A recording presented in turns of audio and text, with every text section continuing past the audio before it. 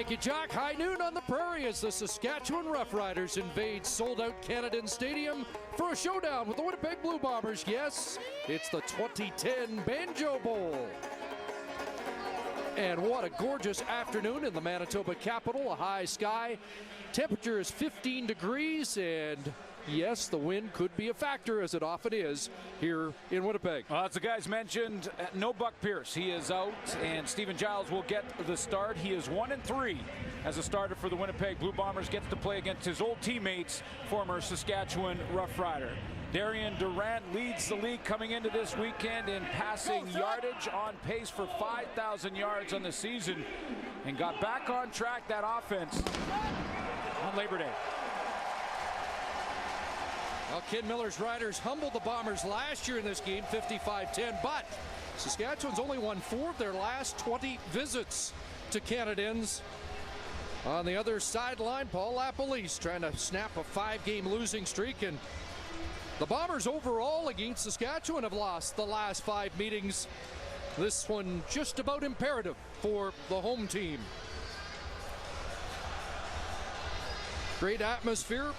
Busloads have come in from Saskatchewan.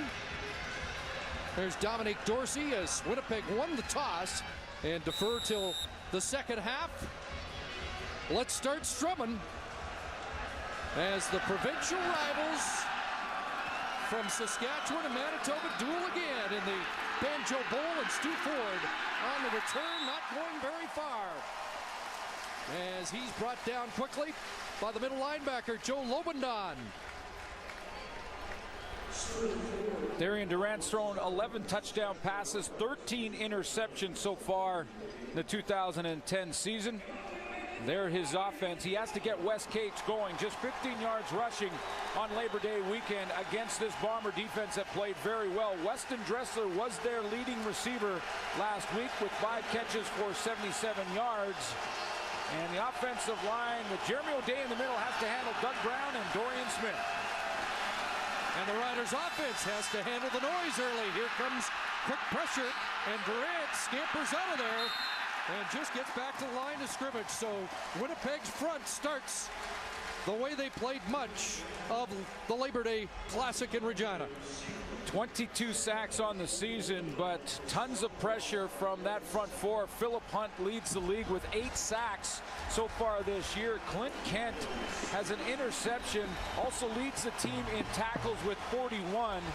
And then when you look in that secondary, Ian Logan gets his second start back from injury at safety. Starting lineups are brought to you by Rona, proud sponsor of the CFL. Rona doing it right. 2nd and 10.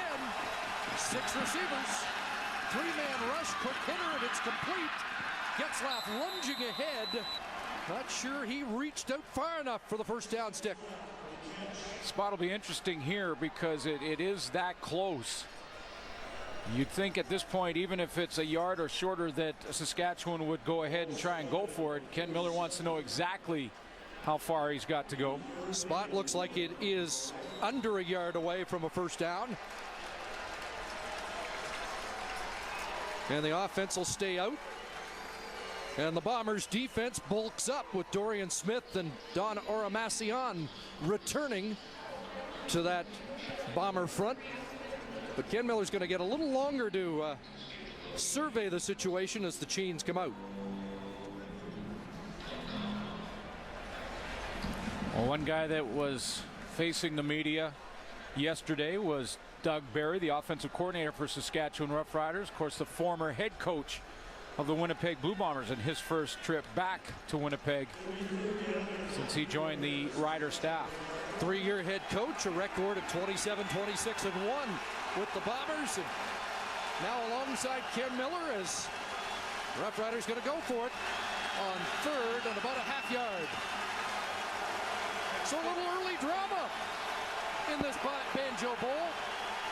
Zark and Cates in behind Darian Durant. And it's Durant off the left side, and he should have it.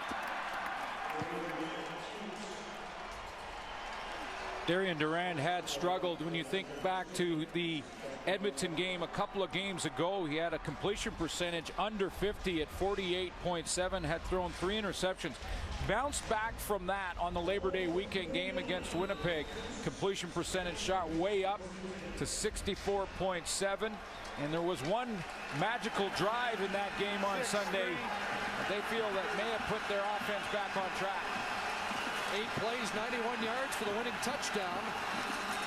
First down over the middle, and it's knocked down by the middle linebacker, Joe Lobendon.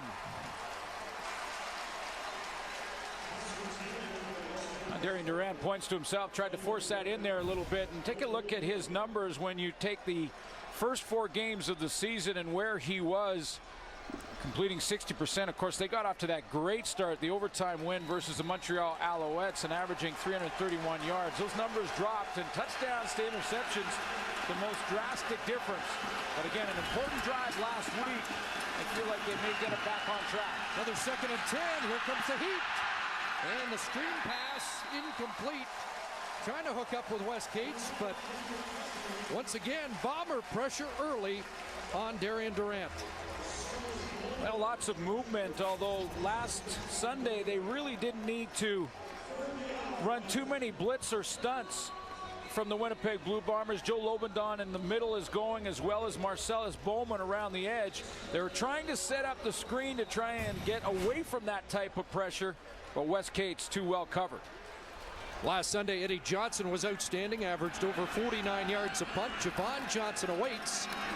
The Saskatchewan punter, a recipient of a game ball for his fine play, and this one bouncing down inside the 20. Johnson picks it up, and now he'll try to get outside.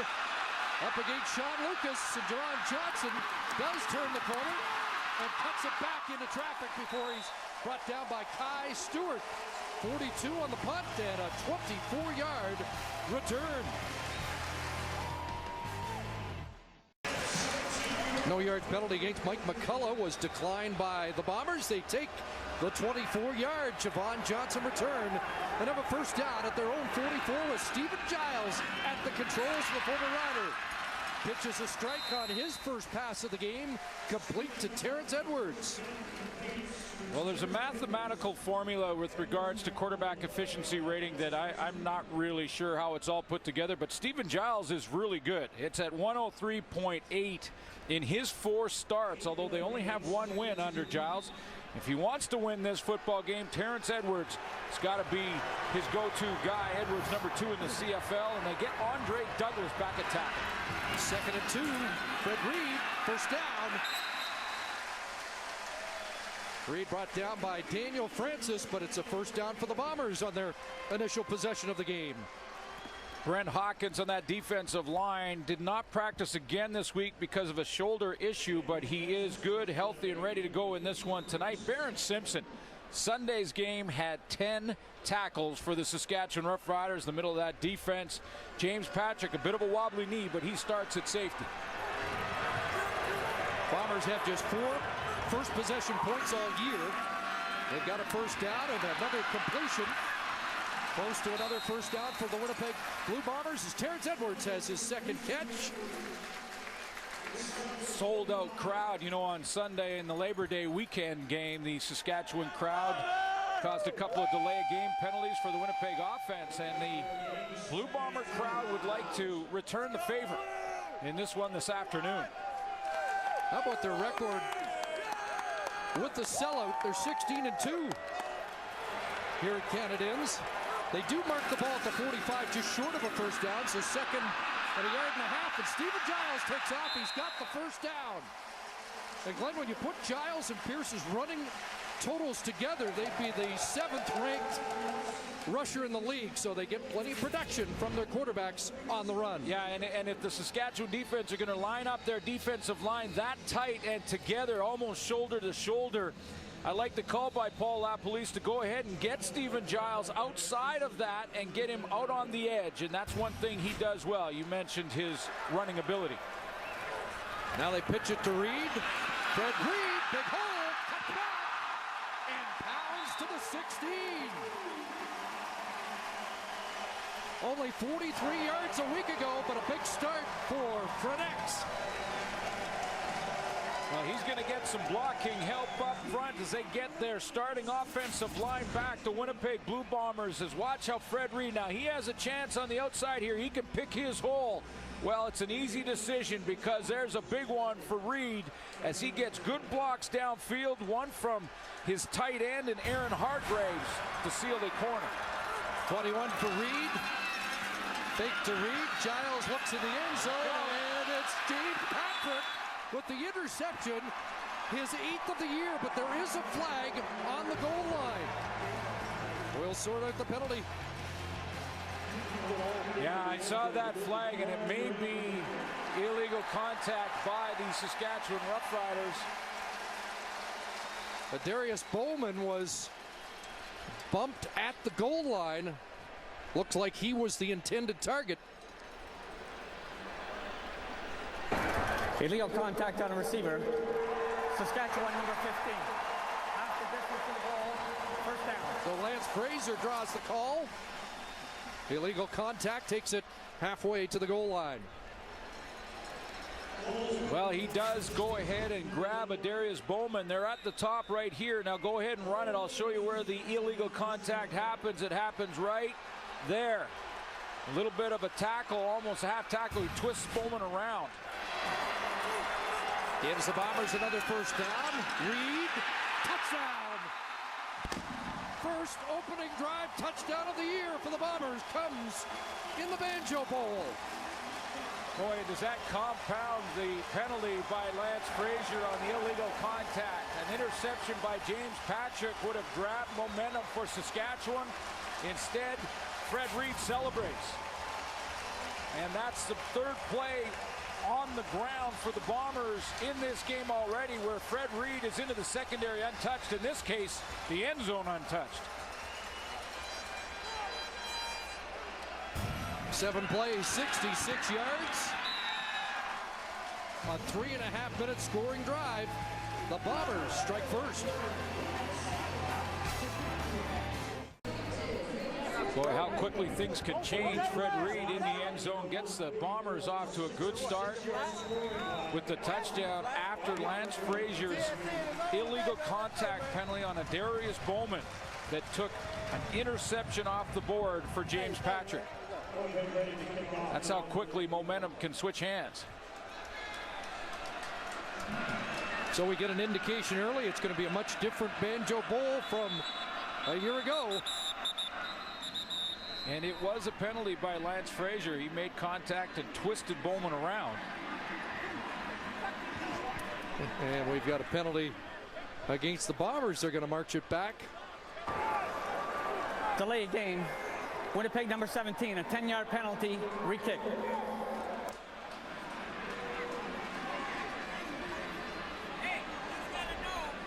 Some question from the Bomber bench about that call, but we are ready. And from the 25 now, Pilardi will kick it off, and the Rough Riders should get good field position here. It'll be Dorsey, and he couldn't find it. And who's got it? Brandon Stewart, a shot at it. Dominic Dorsey lost it in the sun, and the Blue Bombers find it at the Saskatchewan 30-yard line. Boy, game at high noon, and you're exactly right, Chris. It looked like he lost the football in the sun, could not see it at all. This was not a communication issue between the two returners, but watch Dominic Dorsey. He's tracking it down. He's called for the ball, and then he loses it completely in the sun, and that's a live ball. Once a kickoff goes 10 yards, it's live to anybody, and the Bombers get the turnover. Brandon Stewart, who had an interception last week, has a fumble recovery here. And Stephen Giles and the Bomber offense right back to work. Double tight ends. Fake to Reed. Giles wants to go a little deeper and overthrows the intended target, Terrence Edwards. Let's go back to the pass interference penalty by Lance Fraser and just show you one more time the illegal contact, because this is important in that play right there where he turns a Darius Bowman around is illegal contact. That's why James Patrick interception was taken off the board. The Bombers set up their touchdown after that on a running play. 2nd and 10, and Saskatchewan loads up their front. Lance Fraser even showing blitz, and he's coming off the edge. They're going to go deep into the end zone. Incomplete. Trying to hook up with Brock Ralph.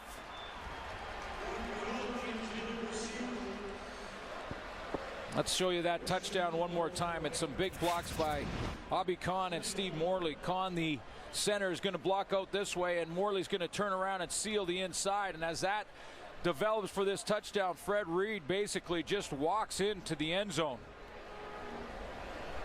So an illegal contact penalty, that touchdown, and now a field goal attempt off the fumble on the kickoff. All Bombers early. Justin Pillardi will attempt from 38 yards out. And Pillardi splits the uprights. So they get 3 after the fumble recovery and lead by 10 early.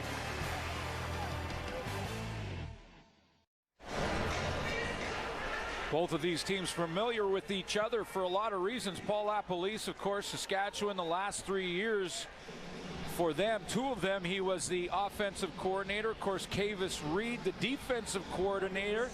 4 years as the DC in Toronto and Hamilton and Saskatchewan last year. Jamie Barisi was Darian Durant's quarterback coach last season. He's now with the Bombers. Play action fake to Cates, and the pass is caught by Chris Getzlaff up near the 50-yard line.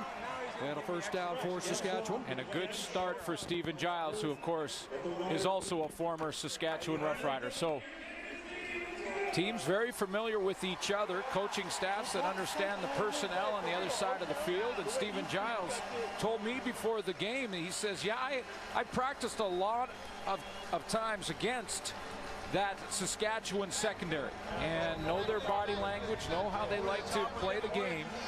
Hopefully that's an advantage this afternoon.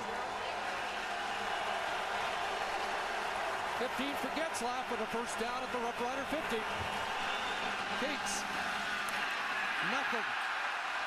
Odell Willis with early contact. Doug Brown. Cates does fall forward and might get a yard or 2. Well, I mentioned off the top that Philip Hunt leads the league in sacks with 8, and he also is up there in tackles for losses. He has 6 of those on the season. Wes Cates on Sunday, just 15 yards rushing, and for the most part, the Bombers could go with 4-man pressure, just the D-line, and it was tremendous pressure on Durant on Sunday. 7 carries, 15 yards, 36 from scrimmage for Cates.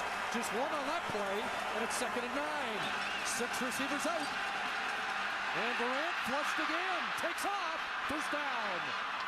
And a hook slide at the Winnipeg 47 for Darian Durant. Yeah, and Durant's going to have to continue to do that. He had 43 yards rushing and a touchdown against the Bombers because for the most part, he had to escape from the pocket, which continued to collapse. Once again, the Bombers look at 4-man pressure, and they're going to bring 1 extra on the edge in Brandon Stewart. So it's really just a stunt, but you can see the pressure. Doug Brown gets up the middle, and Durant has to take off.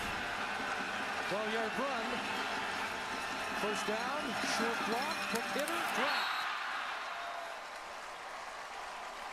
In and out of the hands of Preche Rodriguez. Let's take you back to that Sunday game, Labor Day weekend, and the pressure that Darian Durant was under. I mentioned for the most part it was 4-man. The Bombers did send a couple of times blitz, and that was one of them with Clint Kent coming off the edge, but that 4-man pressure dominant in that game. Saskatchewan ends up winning it, but Ken Miller even talked about how good that defensive line was on Sunday.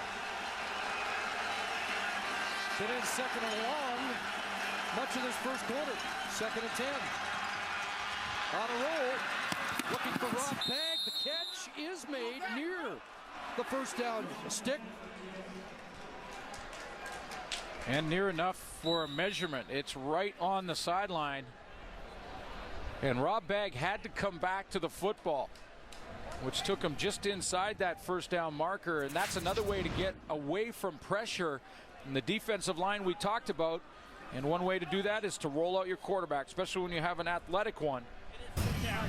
Third down. About a foot. And you can see how close they are to a first down. And 1 third down gamble so far in this opening quarter.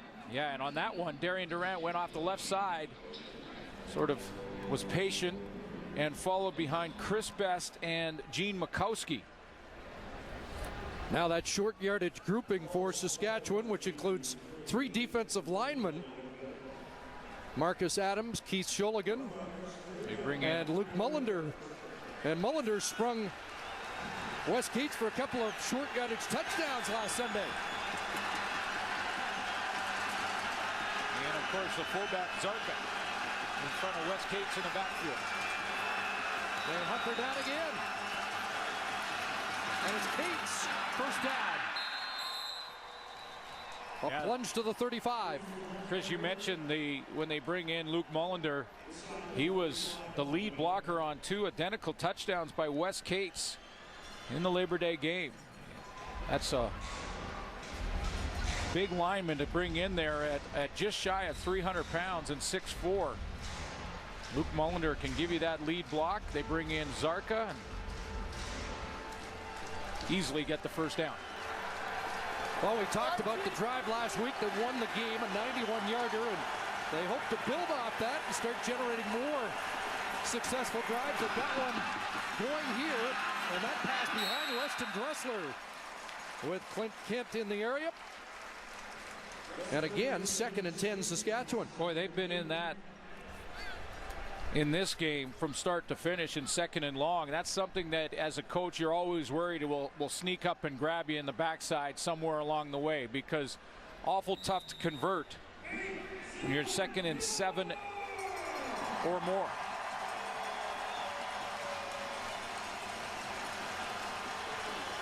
Now Cates will line up as a wideout.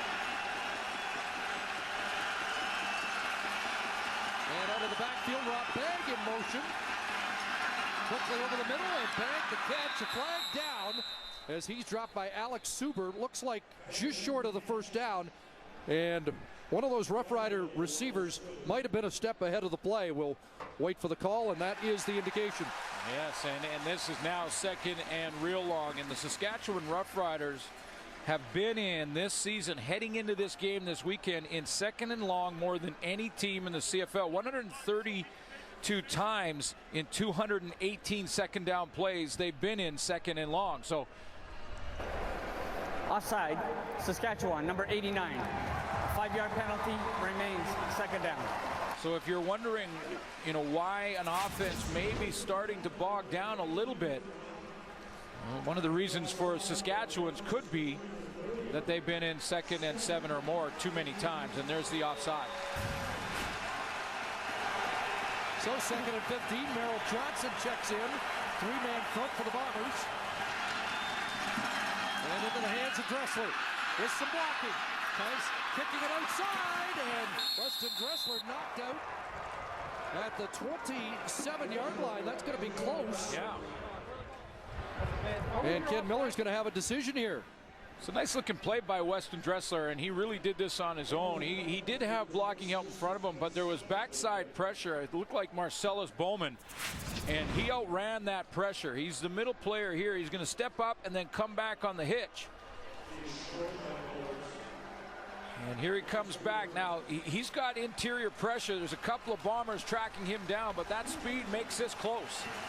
They're going to go ahead and go for it. Yeah, this is a different kind of gamble because it's 3rd, and it looks like a yard and a half. 2 backs. And now the officials will delay proceedings. And do we have a timeout, Winnipeg? Timeout, Winnipeg. Paul LaPolice calling timeout. They had enough players. I think that's just strategy on Paul LaPolice's part to try and see what formation the Saskatchewan Roughriders are going to go with.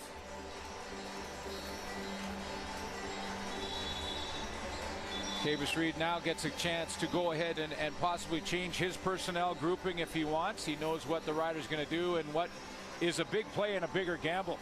Chris, you mentioned it, because You know, for Doug Barry now, I mean, they were in inches, 3rd and inches in the previous gambles, and now they're talking about, you know, a full yard. Just a little beyond a yard. Now you are in field goal range in a quarter that's not gone well, but Rough Riders offense stays out there, and they've got to get over that 25-yard line. With Mulliner in motion. I'm not sure. Odell Willis disrupting it as he surged through, and it looks like the Bombers have come up with a stop. A turnover on downs. Winnipeg football when we come back.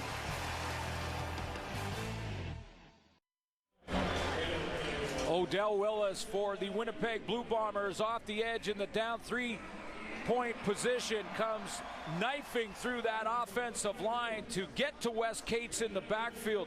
Odell Willis on Sunday had 2 roughing the passer calls go against him. Hey, Winnipeg Banjo Bowl, stand up, be proud. The whole blue defense, the whole blue offense, we here together, baby. We won. We won. TSN, check us out, baby. Odell's fired up. This whole Bomber team is today, but Ben Hawkins will try and change that with a tackle behind the line of scrimmage. Now, sometimes you just have to beat your man. Brent Hawkins beats his man on this play. He just steps up, and it's not about schemes. It's not about anything fancy. It's not about trying to trick the offense with different looks. It's just about straight up beating your man. He comes up there nice through. John Osterhaus tries to block him down and can't. Fred Reed, nowhere to go. So it's a loss of 4. 2nd and 14. Reed out of the backfield, and he bounced off first contact from Tad Cornegay, but he'll be stopped short of the first down. Under 2 minutes left here in the opening quarter. Well, the Riders get the 2 and out they needed there, because another drive by Stephen Giles, and this one starts to slip away early. But I know the decision to go for it may be second guessed in the province of Saskatchewan, depending on the outcome of this game from Ken Miller. But it looked like a yard, and anytime you're a yard away, you have to have confidence in your offensive line. So I don't think it was all that bad of a call to go ahead and gamble. You think otherwise? Just the way the quarter had been going, Dorsey's going to fight the sun again and lets it hit the turf. And as Pilardi jumping up, Dorsey's got it and gets the no yards. And so the Rough Riders, as you mentioned, get the 2 and out, and Ken Miller's offense is going to have great field position. So the second of 2 first quarter turnovers isn't going to hurt that badly. You mentioned that drive on Sunday that Ken Miller really hopes to be the drive that gets their offense back on track. This was a 1-point game when Darian Durant took the controls, went 91 yards, distributing the football to a lot of his different weapons, including Wes Cates up the middle. Wes Cates in the passing game as well. Chris Getzlaff and then ran it in. 91-yard drive that gave them an 8-point lead. They didn't look back after it. See if they can build on that. Fake to Cates, pressure from Hunter, and the quarterback Hunter brings down Darian Durant for a big loss back at the 45. Yeah, Chris Best was the pulling guard that's supposed to come out of the backfield and help in the open field there to allow Darian Durant a chance, and he could not block Philip Hunt. He's coming from this side, and he's going to come and try and get out in front. You pull your backside guard to give your quarterback that time in the front. Now watch number 66 get out there, and he doesn't get the angle he needs. Philip Hunt beats him up and around the corner. No chance for Durant. League leading 9th, his 2nd of the year against Saskatchewan. 2nd and long, a familiar refrain. Lots of time underneath. Getzlaff is jolted. Javon Johnson eliminates that play. Rough Riders are going to have to quickly try and match this intensity. And I know up close and personal this home and home series, and how on Labor Day weekend the Riders always feel they have an edge in the intensity department. The home crowd there. The opposite is true in the rematch in the Banjo Bowl. They're fired up in blue. Final play of the opening quarter. Eddie Johnson. Javon Johnson from his 19. And he's tripped up across the 30 with the flag down. This is going to be an illegal block by the Bombers to push them in worse field position.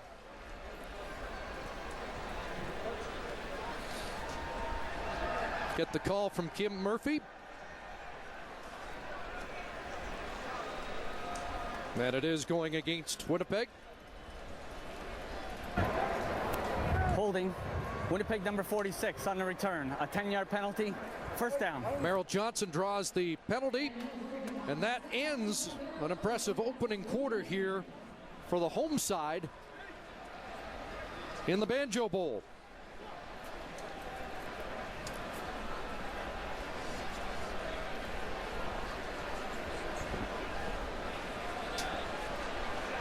We had an indication it was going to be the end of the opening quarter, and now Kim Murphy, yep, even the cheerleaders are on the field, but now Kim Murphy says we got one more play, folks.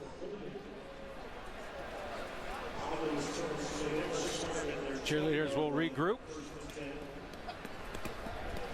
And Paul LaPolice has to go ahead and run his play, because obviously in the quarters change, you're just going to change ends and continue on. But you can't end the quarter or the half or the game on a penalty.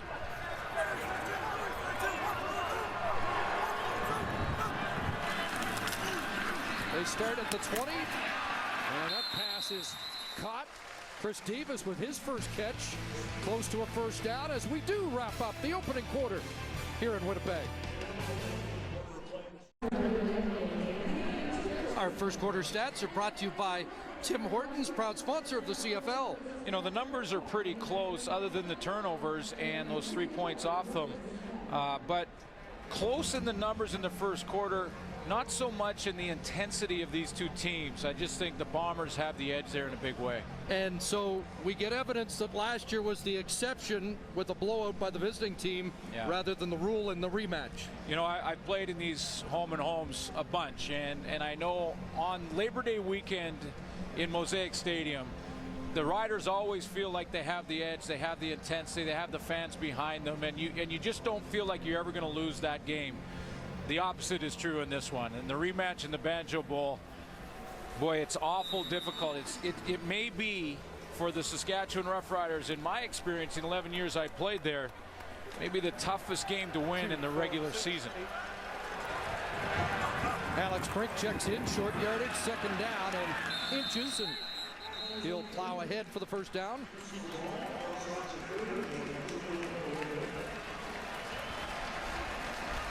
The other thing you have to consider here is I know what the record says, that the Winnipeg Blue Bombers have just 2 wins on the season in the first half of the year, 2-7. But this is a football team that I think everyone across the country feels are pretty close, and they're starting to get things going. They just have to try and learn how to win. Here's Reed off the left side. Another good run for Fred Reed, and a first down up across the 40. Well, they are ranked 3rd in the league in yards amassed. They're the 2nd best running team in the league. They have good offensive stats. On defense, they're the 2nd best team in yardage given up. So it is a bit of a puzzle why they're 2-7. And when I say learn to win, and that may sound like an obvious statement, but you do have to do that. You can have a good team, a talented team with a lot of weapons, but you have to learn how to win and make the plays when you need to make them, crucial times. Here's Giles firing it to Edwards. And Terrence Edwards, another catch, came into the game 2nd in CFL receiving. You know, it doesn't really add up when you look at some of the numbers. I mean, those are good numbers. You're 2nd in the league, but this is the one that really has to be changed for the Bombers to go ahead and learn how to win. Those are making those big plays, not having the bad giveaway at the wrong time. No, they even defied that stat last week. Paul LaPolice's team wins the giveaway takeaway last week and still lost. Reed again, and he's still going. going to catch him. Touchdown, Fred Reed. 61 yards.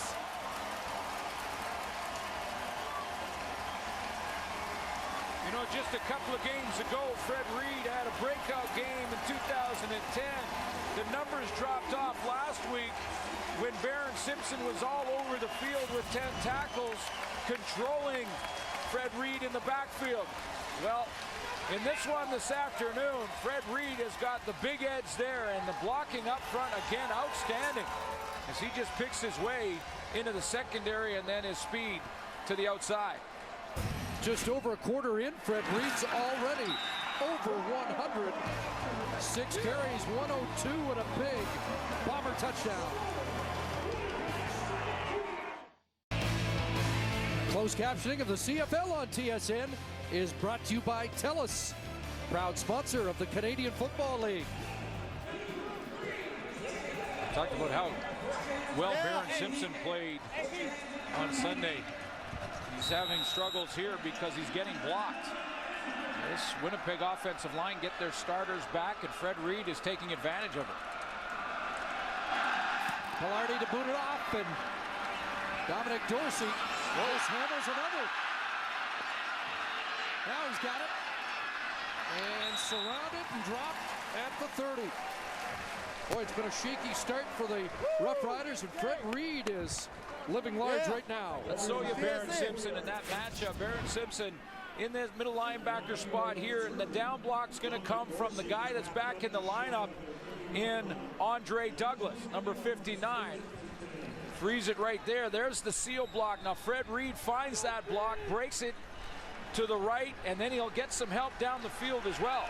Terrence Edwards and Darius Bowman with key blocks for the longest run of the year by Fred Reed. And some heat on this Rough Rider offense to get things going. There's a good start to Andy Fantuz. Bumped out by Johnson, close to the first down chain. That's really the difference in the running game of Fred Reed in this one and last weekend. Look at Darius Bowman. He gets one knockdown block on Tad Cornegay, and then with James Patrick, a chance to possibly cut Fred Reed off. Darius Bowman won't allow that either, and Fred Reed just walks in. First rusher to go over 100 against the Rough Riders defense this year, and he didn't waste any time doing it. Big series here for the Riders now. Fantuz got the first down, and now Keats will test the interior and up to the 43-yard line for Wes Keats. Brought down by Dorian Smith. So we talked about the Riders being in second and long too much this season and too much in this game. And then you look at Wes Keats and how his numbers have dropped off, and one leads to the other.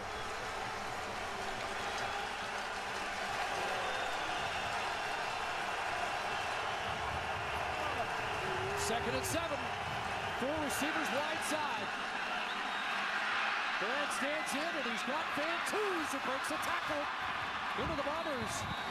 Into the field, finally brought down there by Alex Suber, but Andy Fantuz has a second down conversion catch. That's his 19th of the year, second best in the league. And Darian Durant gets some steamboats, enough to get in that pocket and make this tough throw to Andy Fantuz, who stays with it. Fantuz is going to run the out.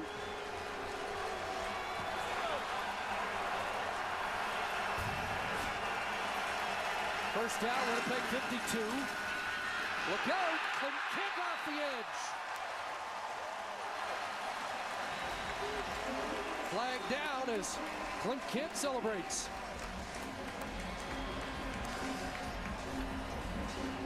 Clint Kent just continues to get playing time in different spots. Started in the secondary, moved to the linebacking core. This penalty, though, is going against the Bombers. Illegal contact on a receiver. Winnipeg, number 20. 10-yard penalty, first down. That's the rookie corner, Dion Beasley. He's right in the middle of your screen, number 20. Jason Claremont looked like he was coming out to get out there, and he got cut. So it's a first down now at the Bomber 42. Bantu's lined up in the backfield now on his way into his route, and that pass is caught, bobbled by Rodriguez, and that disrupted any chance of really turning it upfield.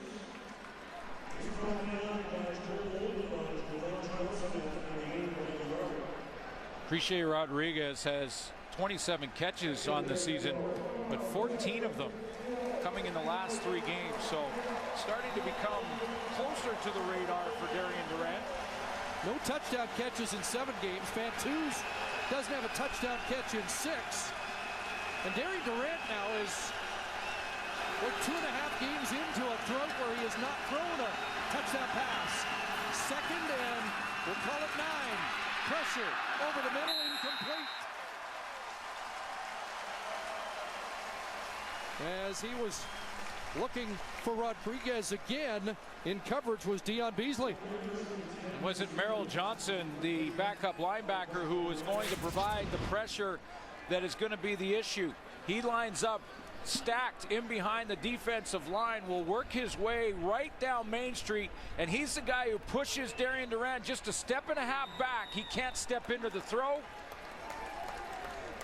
and get enough on it to get it there. Into the win, they don't try a 48-yard field goal. Instead, Eddie Johnson will look for the corner.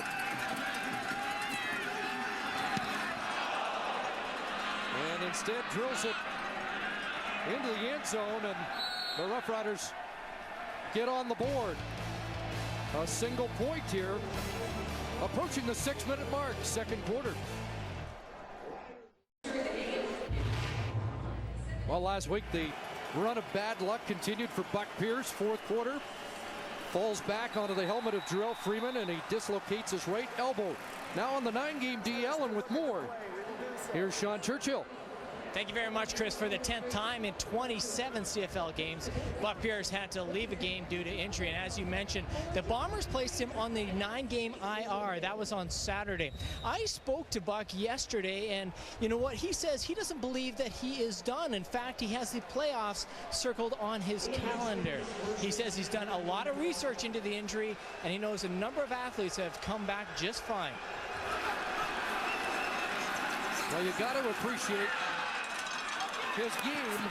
Here's Chris Davis, as Stephen Giles now is the man. Giles making his 5th start, as Pierce already been hurt once this season, gave Giles a chance, but even Giles seems to embrace this opportunity more as a clear-cut starter with the Bombers now. Yeah, it's different than any situation he's been in, and I talked to him during the week as well, and he said, yeah, he said, I understand now. Buck Pierce is out for some time, and I'm going to take the reins. And he talked about leadership and how important that was to command that huddle.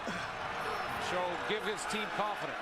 2nd and 7, pressure off the edge. Holman's got it, and he gets dumped immediately short of the first down. So back-to-back 2-and-outs. And you know, when you think about Buck Pierce, and you have to admire his optimism and his resilience, really, more than anything. He will be down there on the sideline on the headset. It's an extra set of eyes. And either that or up in the spotter's box watching for Stephen Giles and communicating down to the sideline to help him as an extra set of eyes. Mike Renaud to punt. End over end. Dorsey again has trouble. The super on his back, and Dorsey eats it back inside the 10. It's been a nightmare for Dominic Dorsey in this year's Banjo Bowl. Well, Wendy's Friday Night Football continues next week on TSN as the Calgary Stampeders take on the Roughriders live from Mosaic Stadium in Regina. Coverage here on TSN, 8:30 Eastern, 5:30 Pacific. Dominic Dorsey's really struggling. He had some issues with the sun early on in the first quarter. That was not the sun. That was simply a drop. And he fumbled one last week. And Alex Suber got it back for Winnipeg. Durant has to start deep, looks for Rob Bagg, and it's incomplete. You know, Dominic Dorsey has been an area of concern, I know, for a lot of Rider fans in the province, and Ken Miller throughout the season has suggested that he needs some more help blocking and things like that, that he's not been the issue. But you maybe can rule one out because of the sun, but two other problems weren't. Special team player of the year 2 years ago has not been special in 2010. 2nd and 10. And it goes back to Fantuz, the catch, and he's driven back by Alex Suber. See if the spot's good enough for another 2nd down conversion for Andy Fantuz. Who leads his team in 2nd down catches. Fantuz with 18 coming in, and I know there's been a couple already this afternoon. He ranked number 2 in the league in 2nd down catches. Catches that end up moving the chains. Get the feeling that this is a big drive for the Riders just to get back in it. They go direct snap to Cates straight ahead, but really doesn't fool that Winnipeg front 7. Yeah, first they need to get out of their own end, so even if they have to punt the ball, that they've got some field position back after the drop by Dominic Dorsey. That's goal number 1 for the Rider offense. But you're right, they've got to start to try and even a field goal gets them a little something and a little bit of hope. 2nd and 7. 6 receivers go out. And Durant for Cates. Can't make the catch with Joe Lobendon on his back. Now Joe Lobendon just sat on him coming out of the backfield.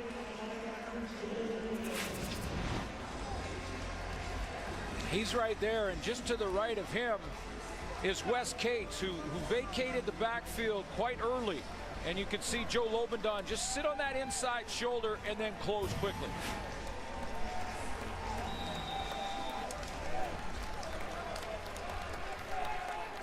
Tackle totals have dropped over the last 6 games for Joe Lobendon, the middle linebacker, but big play there. That's how we do it in Hawaii, 808. Island boy. Went back to Hawaii in the bye week. Joe Lobendon. Eddie Johnson to kick, and now Javon Johnson's got to deal with the sun. Not a high kick, though. And Javon Johnson lets it hit the turf. Make sure he doesn't make a mistake. They're going to throw a flag. See if that's no yards or an illegal block, as the ball was returned up to the 47-yard line.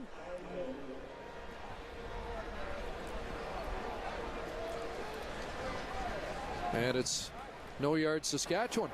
No yards. Saskatchewan number 35. Penalty is declined. 1st down. Daniel Francis. We're closing in on halftime here, and you just take a look at Stephen Giles' play in the first half. I think it's been very good. I mean, he's moved the football. He's got his team out in front. He got that good start. That first drive, very important for him. Used his legs a little bit, but he's shown great composure in this first half. Like he's ready to take the reins. Drew off the backside. There's another catch for Edwards. There's Edwards, draws the crowd up near midfield. I mentioned that Buck Pierce will help him out, and he'll be able to communicate with him. The Bombers are going to put Buck Pierce for this game up in the spotters booth. He's in behind Kavis Reed there and Jamie Barise. So Buck Pierce will have the headset on, be able to communicate down to the field and get on that phone if he has to talk to Stephen Giles, who told me before the game that he's looking forward to having his input after every series. 2nd and 2. Reed. And he'll be stopped right at the line of scrimmage. And again, well, I was going to say punting situation. The punt team started on, and Paul Appelese wants a little time to consider it. Now he elects to kick it away.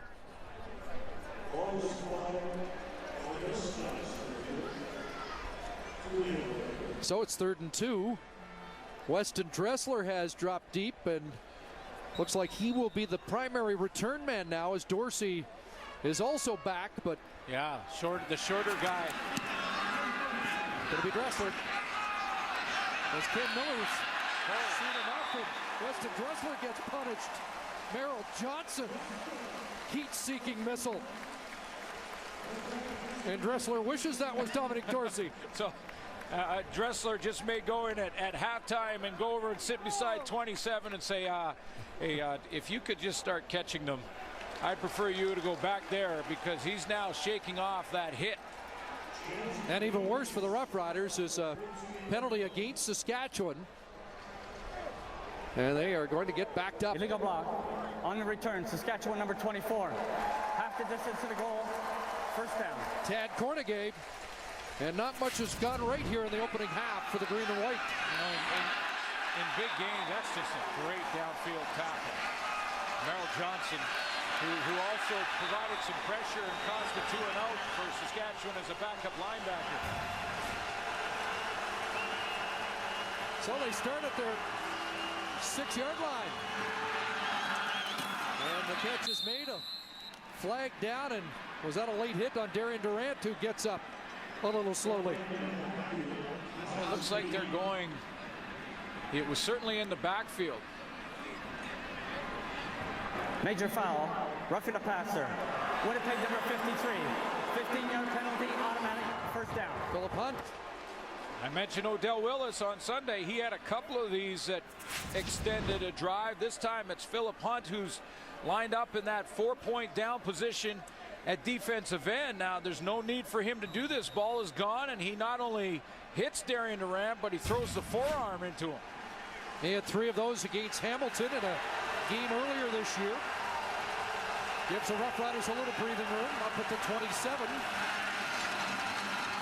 And Durant the shovel, and went into the pile. I'm not sure if the Bomber didn't intercept. Yes. Well, I know that Doug Brown was involved in there. So was Marcellus Bowman. I thought Doug Brown got it. Marcellus Bowman up with it. And wait a minute. Looks like Saskatchewan's going to maintain possession.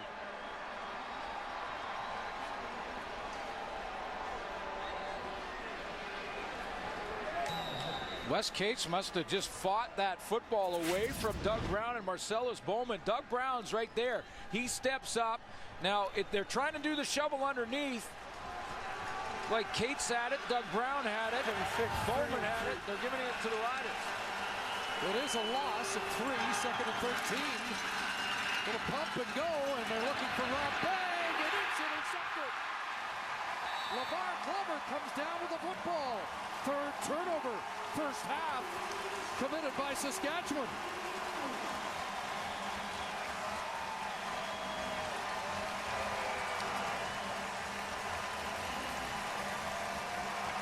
LeVar Glover plays this by basically controlling Rob Bagg with Glover's speed. There's Rob Bagg as a wide receiver. Now Glover's going to play off him, play from depth. Just keep his composure, turn back and look to the quarterback in Durant, time his jump and catch it at the high point. 8th consecutive game that Darian Durant has thrown a pick. Giles to work. Here's Chris Davis. Run out at the Rough Rider bench into Saskatchewan territory at the Rough Rider 52 as they give the 3-minute warning here. First half of the Banjo Bowl. Find out how you can create your own plays at NissanArmchairHero.com. There's LeVar Glover, his 2nd interception on the season. He's just going to stay back, stay in depth, look at the quarterback and time it in the air. It looked like Rob Bagg had a chance right there to maybe cut underneath, but he may have lost the ball slightly in the sun. He kept going down the sideline even though that ball well short. LeVar Glover comes back up and catches it at the high point for another turnover. 2nd and 3 out of the backfield. Terrence Edwards the catch. And he's brought down close to the first down. Got a good spot there for the Bombers, because that spot gave him the first down. They're not even going to measure, because it looked like he had bellied back just a little bit.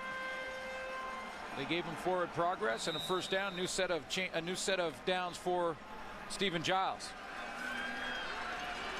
And Terrence Edwards with his next catch will likely surpass his receiving totals of all of last year. But a big turnaround year for him. Chris Davis wide open over the middle, and Barron Simpson brings him down close to the 30.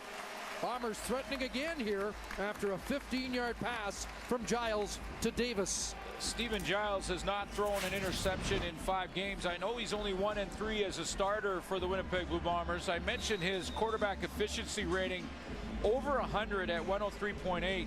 I've been real impressed this afternoon in this first half watching him execute this offense. He's not trying to do too much. Just getting the football to his playmakers. First down, a little trouble with the snap, and Fred Reed bounces it outside. And Reed has got more positive yards when it looked like he might be stopped in the backfield. This is what Fred Reed is so good at. I mean, his change of direction is as good as it gets when he sees that at the hole there's a problem. When he looks at the point of attack and realizes that it's stuffed up in there, his change of direction and ability to bounce, as good as it gets as running backs. He just has the quick feet to be able to change running full speed.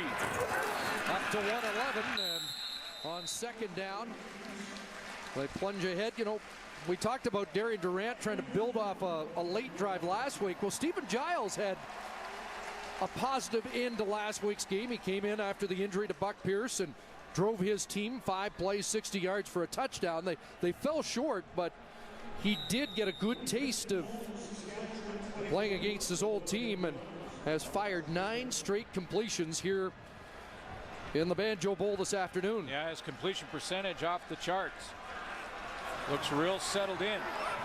Only Anthony Calvillo has a better pass efficiency rating. First down, Giles on a roll.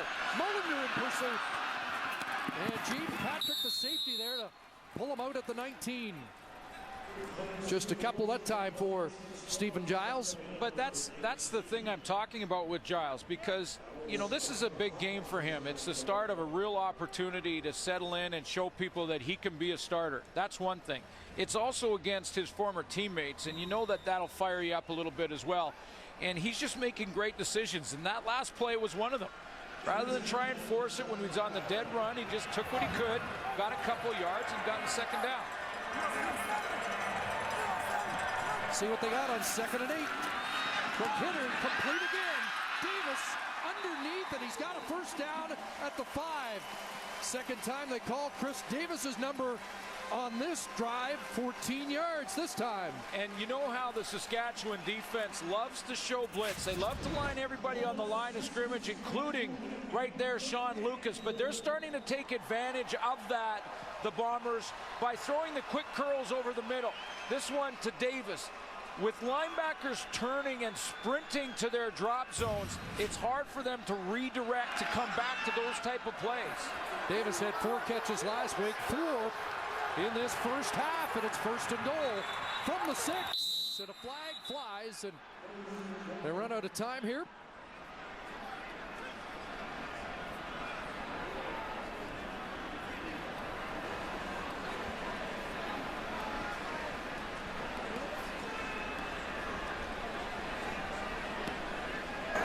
Time count violation. Winnipeg number 3. The penalty is loss of down. It will be 2nd down.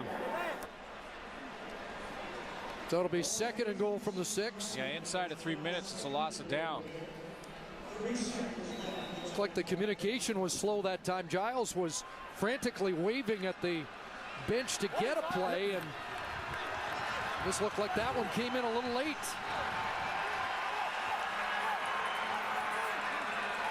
So 2nd and goal. Giles looks end zone. It's intercepted. James Patrick and another flag. James Patrick already with 1 interception negated by a flag. Let's find out if this one will stand, as there was some bumping at the goal line again. And again, and there's some bumping in front of the Winnipeg bench. Well, I was going to say Chris Davis was knocked down. He was a crossing route. I believe it may have been Lance Frazier again. Watch number 10. He's gonna stop on the outside and come in there. Now, again, Lance Frazier, does he get his hands around the waist and turn Davis enough? The flag came out right after that. The first one on Lance Frazier was certainly illegal contact. He completely twisted a Darius Bowman. That one, a lot closer. They do tell the officials if the receiver is twisted, yes, make the call. Now the body seemed to twist there. Was it because of contact from Frazier or not? Interference. Saskatchewan at the 2-yard line. Automatic first down. Well, this one's a lot closer, Chris. We did see a Darius Bowman completely get twisted, but you're right. The officials will allow Lance Frazier to have his right hand on the waist there of Davis. And I don't think on that one he really did twist him at all. I mean, that one, I think Lance Frazier has an argument. The first one was clearly a penalty. Strange they'd spot that at the 2 when clearly the infraction was at the goal line. Officials are discussing it now, and Paul Appolise wants it on the 1. We'll see where the penalty occurs. If they're half the distance, if it's inside the goal line, well, yeah, but when you see it again, does Chris Davis twist in any way? And I don't think he does. So 2 apparent James Patrick interceptions wiped out. First and goal from the 2. And into the end zone. Brink, touchdown.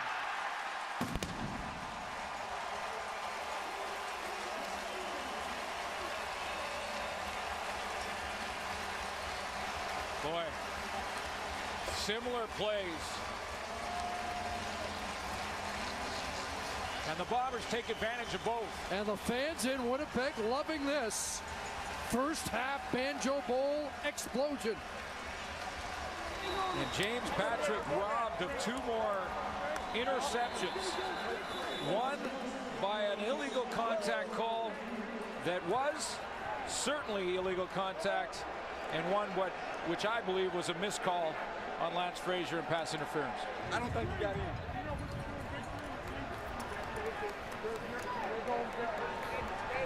What a conference of the officials here.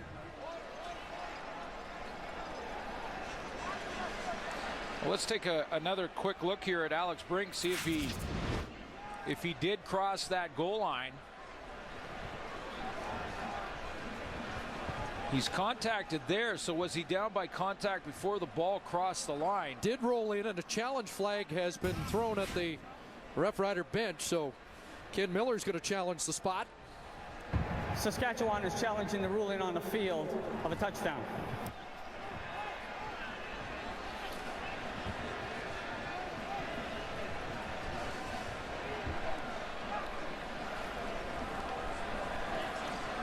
Another angle for you.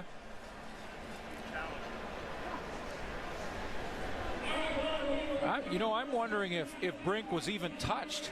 And, I thought he was hit at the line of scrimmage, so anytime he touches down after that, he's down. But I don't think a rider ever touched him, so he's certainly down by contact there, but he could roll in without being touched. Good call. The initial replay, it looked to me like when he went through the line, he was bumped by a rider, which means the moment he touches the ground after that, he's down. I don't think, though, when I look at it again, he's clean, not been touched yet, not been touched, not been touched. So he's allowed at that point to roll in. Unless Sholigan at the bottom of the pile got an arm on him, but it doesn't look like it. Yeah, it's just a matter of whether or not he was contacted. Because if he was contacted, then he's down before he crossed the plane.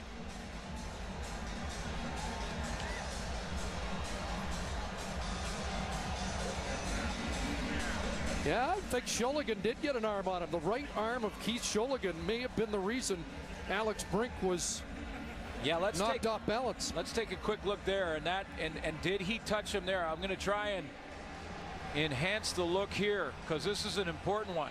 Did Sholigan right there make contact? And I think he did. That's good eye, partner. I think he did get contact. Sholigan reaches out right there.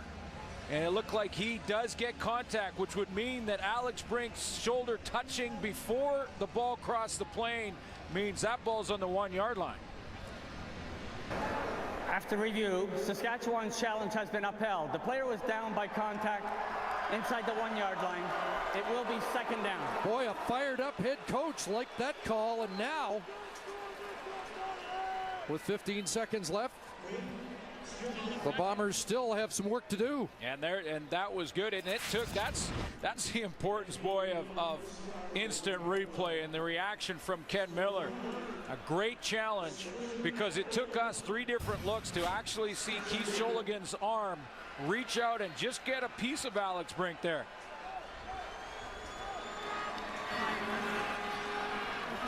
Still deliberation. Well, now they have to figure out exactly where to place the football. I believe it'll go right back on the 1. Should be on the 1. On the 1-yard line, not the 2, which was the original line of scrimmage, and they may even want to check on that.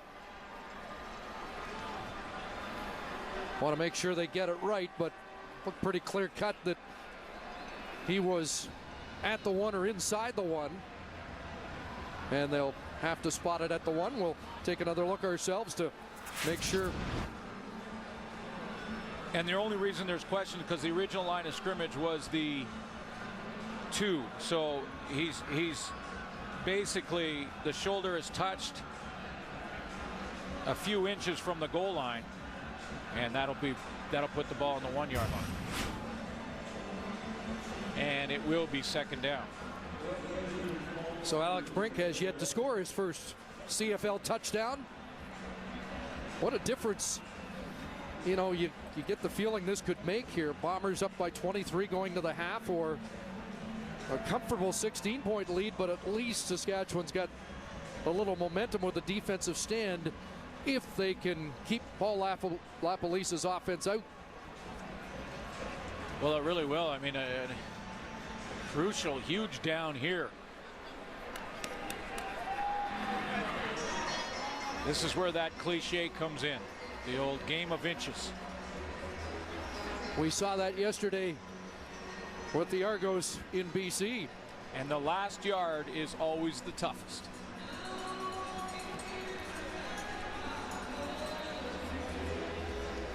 And we may have time for the whole Al Pacino soliloquy from you if we don't get this ball spotted soon. The inches we need are everywhere around us. Yeah. There we go.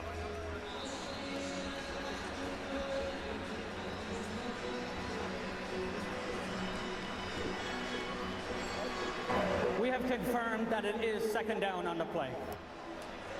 And make sure they get the down right more than the spot of the football. Yeah, well, the pass interference call gave them the first down so on the 2. That was second down. They're down by contact, so it's on the 1, second down.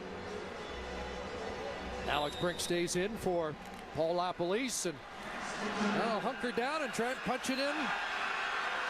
This time to make it count, straight ahead. That looks in. No sign yet, unless you're wearing Bomber colors. Not yet. Wow. Alex Brink standing in the end zone and still no signal. Now we got one. Touchdown, Bombers. That may be one of the longest delays on a goal line play I've seen. The officials conferenced. Everyone trying to get exactly what angle each official saw and whether or not Alex Brink got there. But I thought the initial push by the Bombers was plenty. Like Abi Khan blew it right into the end zone, and Brink just had to fall forward. Paulardi adds the extra point. And it has been an impressive opening half for the home side in what could be a season turnaround kind of game.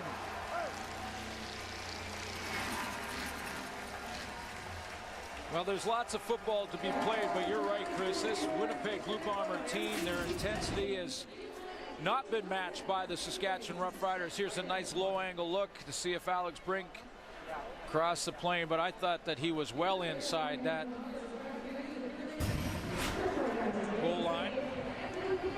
Breaker rookie out of Washington State. And it's now 10 points off turnovers for the Bombers. Coming up, GMC Sierra live at the half. Wonder if Randorf's officially going on the 9 game. They'll talk about the intensity we have seen from the Winnipeg Blue Bombers in this opening half, and it has been a major storyline. He goes on the 9 game for a sore throat, and he's back to rookie status. Neil Hughes, one of the young men, comes up with this, and he heads north up across the 50-yard line on the final play of an opening half dominated by the Bombers, who will hear the cheers from the sold-out Canadian Stadium crowd.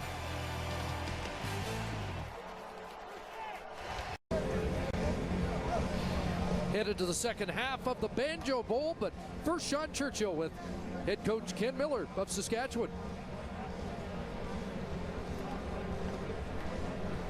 You get your heads up, stick your chest out, play each play, one play at a time, and then we'll see where we're at the end. You know, we have to treat this like we treat every game, you know, and like we treat every play. So we just have to get our heads up, focus on what we're doing, play with great emotion and great determination every play. Thank you very much. Good luck. Thank you. Your head's up and your chest out. A message from the head coach. They did mount a big comeback 2 years ago here in the fourth quarter to win a Banjo Bowl game, but Barry Durant's team in a huge hole here. Doug Barry and Darian Durant continue to try and work together. First time, remember, Darian Durant worked with Jamie Barisi and Paul LaPolice last season. Now has a new offensive coordinator. They started out of the gate, looked real good, but the numbers have dropped off since then and weren't real good in that first half. Now, take nothing away from the Winnipeg Blue Bombers and their pass rush. It's caused problems for Durant now in back-to-back games.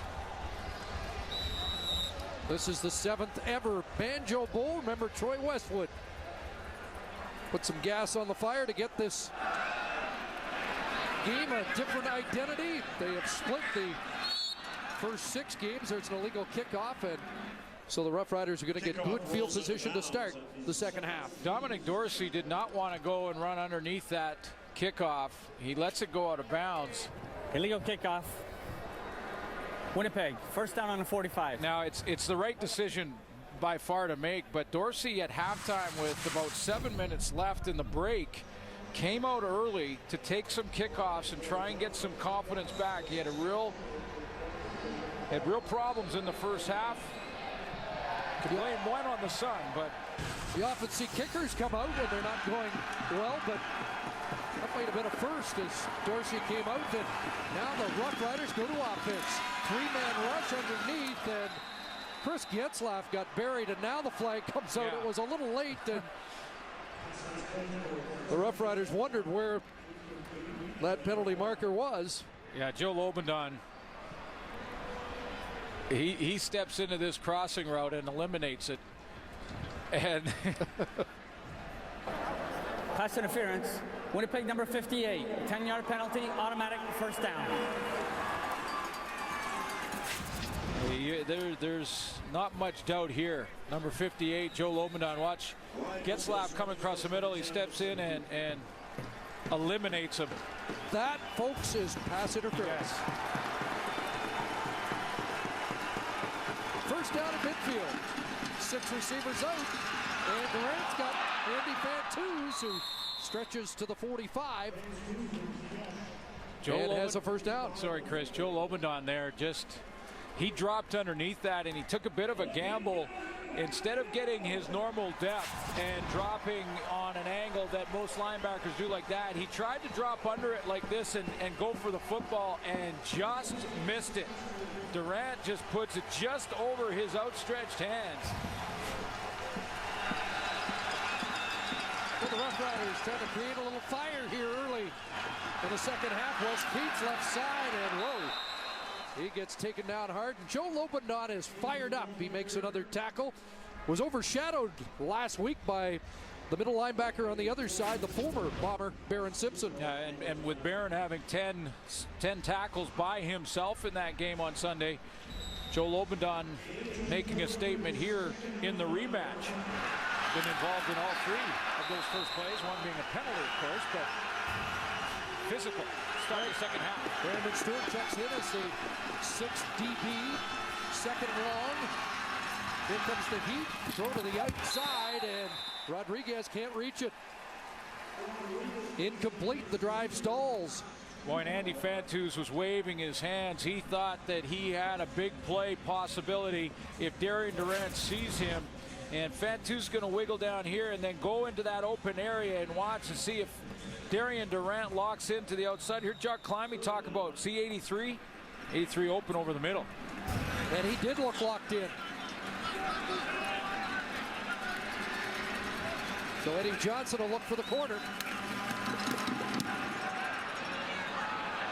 And where's this one going to land? That might be what the Rough Riders were looking for as they look for the spot, and it's going to be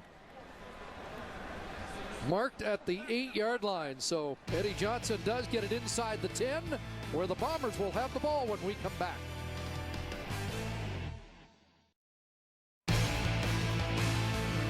Closed captioning of the CFL on TSN is brought to you by TELUS, proud sponsor of the Canadian Football League.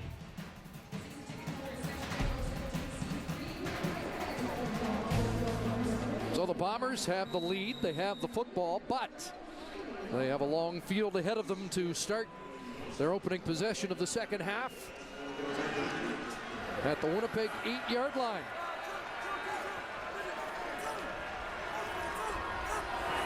They empty it out and put it in the hands of Adarius Pullman.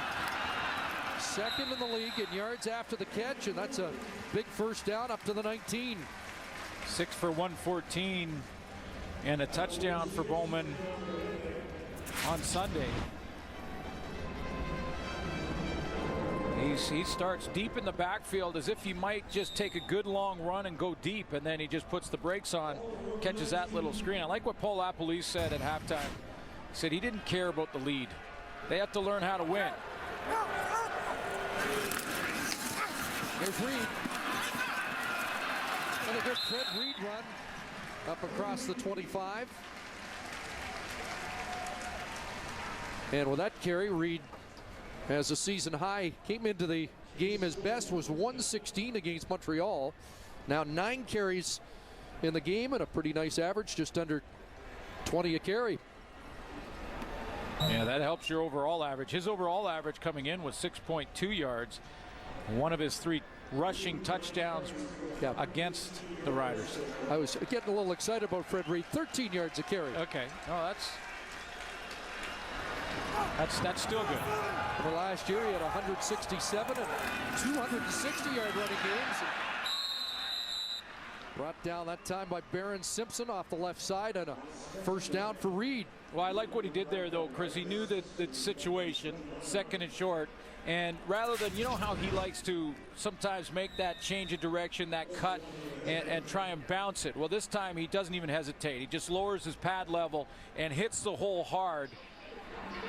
Give his team, the best opportunity and not dance around and hesitate there. That's a good decision made prior to even getting the football.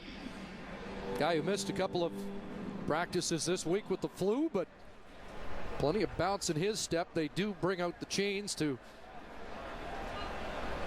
measure, and he's going to be a chain length short. So Alex Brink and the Bomber short yardage team comes out.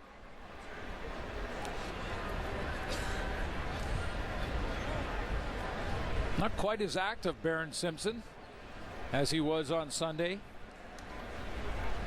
On pace for over 100 tackles as the middle linebacker for the Saskatchewan Roughriders. But, when you can get an offensive lineman down the field of 3 or 4 yards and get him locked onto a linebacker, it makes it for a long day for that linebacker.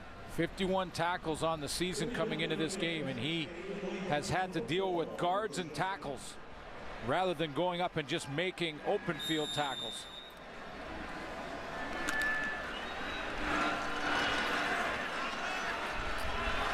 So Brink checks in. He has his first CFL touchdown this game on a sneak and pushes ahead behind Abi Khan. Brendan Labatt back at left guard, and it's a first down. Labatt celebrating his birthday today, his 25th. The Weyburn native still looking for his first ever win against the Saskatchewan Roughriders. Mentioned that O-line, Chris, and they get Andre Douglas back, and you know that's important for a couple of reasons. One, that's their starting tackle, number 59, but they also move Brendan Labatt back from tackle where he played on Sunday back into guard, more comfortable in there. Now Osterhaus lines up alongside a tight end, and here's Edwards, another catch, and he'll get tossed down by Chris McKenzie. Labatt had to play tackle in the game on Labor Day weekend, and he was, you know, confessed going into that game that it was something that he hadn't done since high school, and that's a long time for these guys that have played hundreds of snaps at a certain position, certain technique, and then to just completely change and move to a tough one on the outside of tackles, very difficult. 2nd and 5. 6 receivers out, plenty of time, and almost picked off. Mike McCullough with the knockdown. Mike McCullough saw that first half, and he took mental notes. You can tell he gets a chance to play here, and Chris Davis was making a living of taking the football right over the middle. And McCullough is up in the line. You can see him drop out of there, but see how he doesn't turn and completely bail out. He sits on that route, and that's one that they had success with in the first half. McCullough made a note. For no kick. Dressler on the run. That'll be a 15-yard no yards as he fields it at the 49. So Rough Riders going to have great field position when we come back. NFL action continues tonight on TSN. The Cowboys roll into Washington to take on the Redskins. Great rivalry. Live coverage begins 7:30 Eastern, 4:30 Pacific. First Sunday of NFL action. Is this the year that Tony Romo takes another step? Super Bowl in Dallas this year, and a big series for the Saskatchewan Roughriders coming up. Durant ducked under and was not touched, and now he'll toss it ahead to Zarka. Chris Zarka really belted.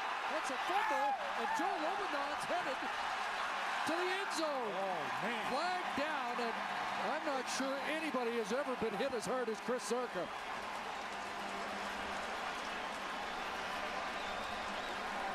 Wow. Okay. Let's see what the flag's all about. See what the flag is. Was Darian Durant down in the first place, or did he fumble and pick it up and continue with the play? And did Chris Zarka have the football and then get hit, and was it a fumble or an incomplete pass? And how long is it going to be till Zarka gets up after that? Yeah, most importantly for the Riders is the health of Chris Zarka right now. That was enormous, that hit. Philip Hunt's agitated as if this call may be against him. And was that a late hit as the fans salute Zarka? The penalty may be going against the Winnipeg Blue Bombers as they try and sort this out. After Durant picked up the ball, he was tackled from behind by Odell Willis. Boy, did the Canuck truck get T-boned there, though. Oh, boy. Whoa.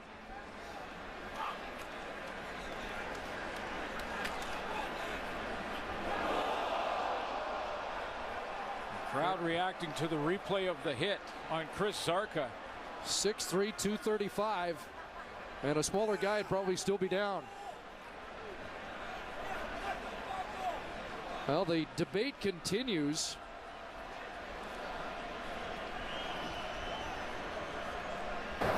Major foul, unnecessary roughness. Winnipeg, horse collar tackle. Yeah. Unnecessary roughness. Saskatchewan. Penalties of balance at the original line of scrimmage. Repeat, first down. Well, it's a huge break for the Roughriders. Well, it really is, because Odell Willis is after the fumble. First of all, Darian Durant takes this ball. Now, he fumbles it trying to get away here, so he's not down there. He gets up and tries to run. There's the horse collar, and it is a horse collar. That would have been ruled a fumble and a turnover. The hit by Marcellus Bowman. Oh.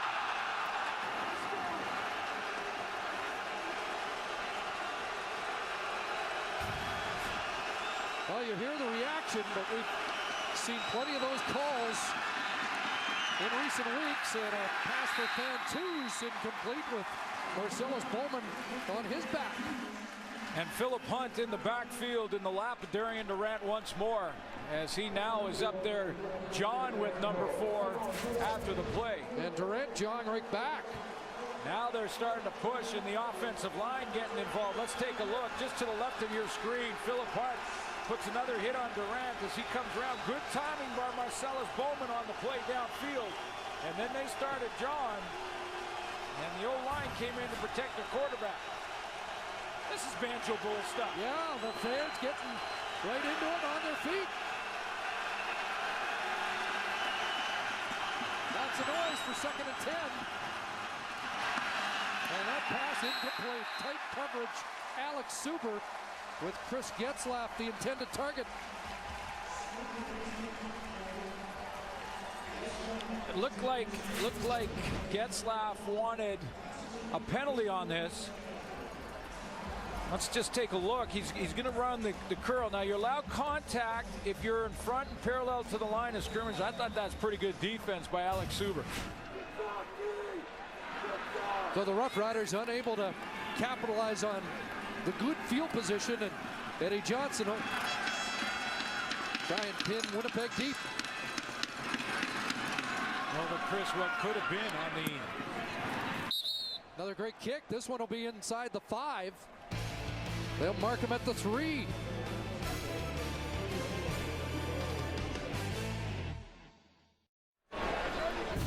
Our sack tally is brought to you by Purolator, tackling hunger across Canada. Check.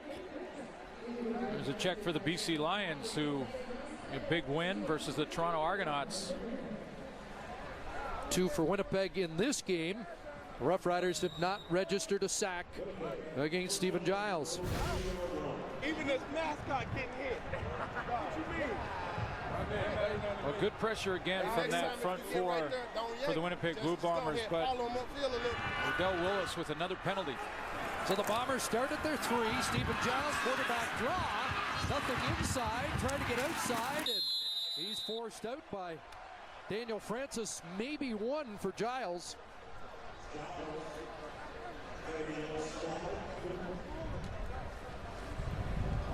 That's certainly part of Stephen Giles' game, is to go ahead and take off and run. And a good call down in that area of the field, although the Bombers certainly can't afford to lose Giles to injury with Buck Pierce out. 3 carries, 11 yards for Giles. Looking at 2nd and 9.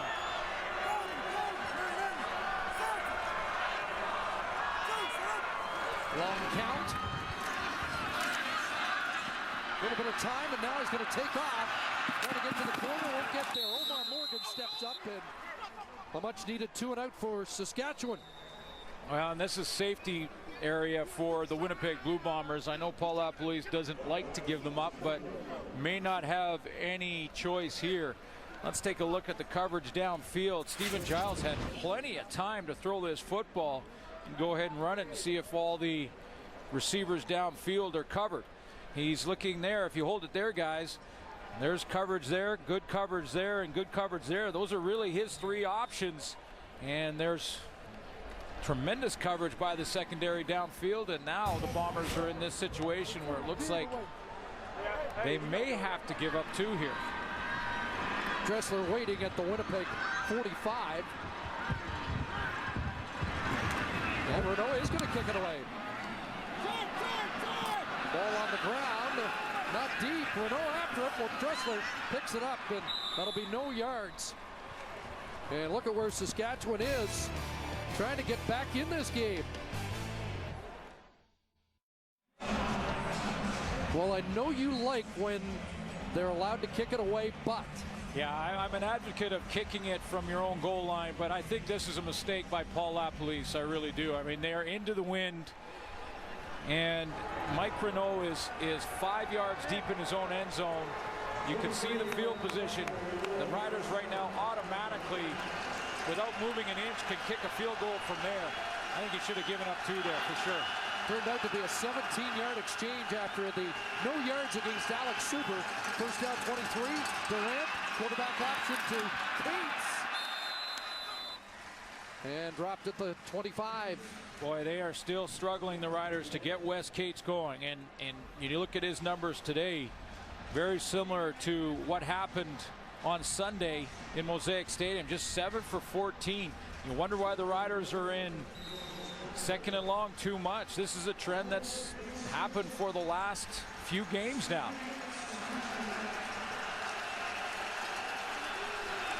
Boy, it's been second and long all day long, hasn't it? Second and 8. 6 receivers out. Over the middle, it's a completion and a big first down to Rob Bagg, although the Bombers are saying he didn't catch the ball. Man, Paul LaPolice will look at the screen, and Saskatchewan trying to hurry up and scrimmage here before the challenge flag comes out. He's got it in his hand. He just wants to get one look. Here it comes. And they do get the play off. Challenge flag's out. Challenge flag they came do out. stop the play. So LaPolice just got the challenge onto the field before the snap of the football. You know, and if fans are wondering why that sort of tension is built, because this has been a trend that's continued as we've gone through the process and evolved with challenges. And the offenses are now trying to hustle if it's close, because once you snap the ball, you can't challenge the play. And if they challenge just to get the officials' attention and it's not a challengeable play, then they lose. Winnipeg is challenging the ruling on the field of a completed pass. They lose the challenge, and they also get penalized. So they got to be careful not to throw that challenge flag if they're not sure. And here's the play again. Tough to see from that angle. Maybe better here. Now, it looked like Rob Bagg lost control of the ball, and I'm not sure he...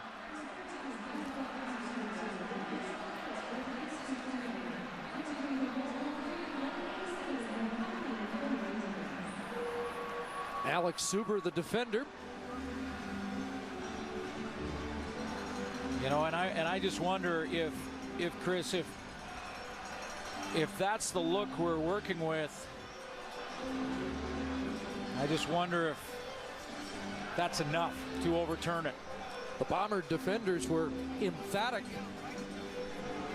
The only reason I know that they were and why the Bomber DBs were jumping up and down is because the ball was kind of moving around loose in Rob Bagg's hands. Didn't take much time. It's going to be an interesting decision, because if it's not a catch, it's third down, and does Saskatchewan have to go for it? 3rd and 8. After review, Winnipeg's challenge has been upheld. It is an incomplete forward pass.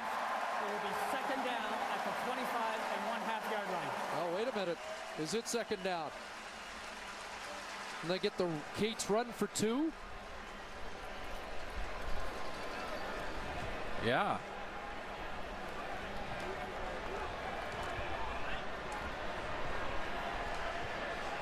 I think it should be third down. They've got second down on the board. It's got to be. It should be third down. It should be third down, and the Bombers bench trying to get the officials' attention. Confusion all over the place. And now they've changed the marker on the sideline. So do the Riders understand it's third down? Because they got to have stop play and reset. Yeah, they're going to have to reset this. Because you're right, Chris. There was a running play to Wes Cates. If that's ruled incomplete, that's second down. Now they're going to check it again. The official can't just say second down and the yard marker decide it's third down on his own as the ball's about to be snapped. So Kim Murphy's going to come back under and confirm, and everybody will understand what's going on. Well, when he said second down, the Rider offense ran out on the field. And then as the Bombers jumped up and down on the sideline to get the third down marker, the guys that are working the chains actually switched it just before the play from second to third down, and then the Riders coaching staff ran down there to talk to him to make sure, because they might want to kick a field goal here, which they probably will. And now Conchi does come out. I wondered in a game where it's confirmed by review, it is third down. Wondered in a game that sees Winnipeg up by 23 if the Rough Riders wouldn't. Now I'm in a gambling mood. I wasn't early.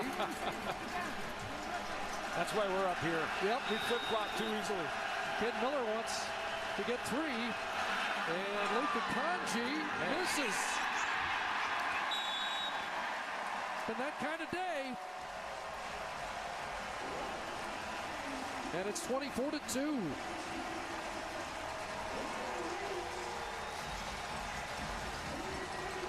I'm just thinking under 5 minutes to go third quarter, you're down by 3 touchdowns. We in great field position.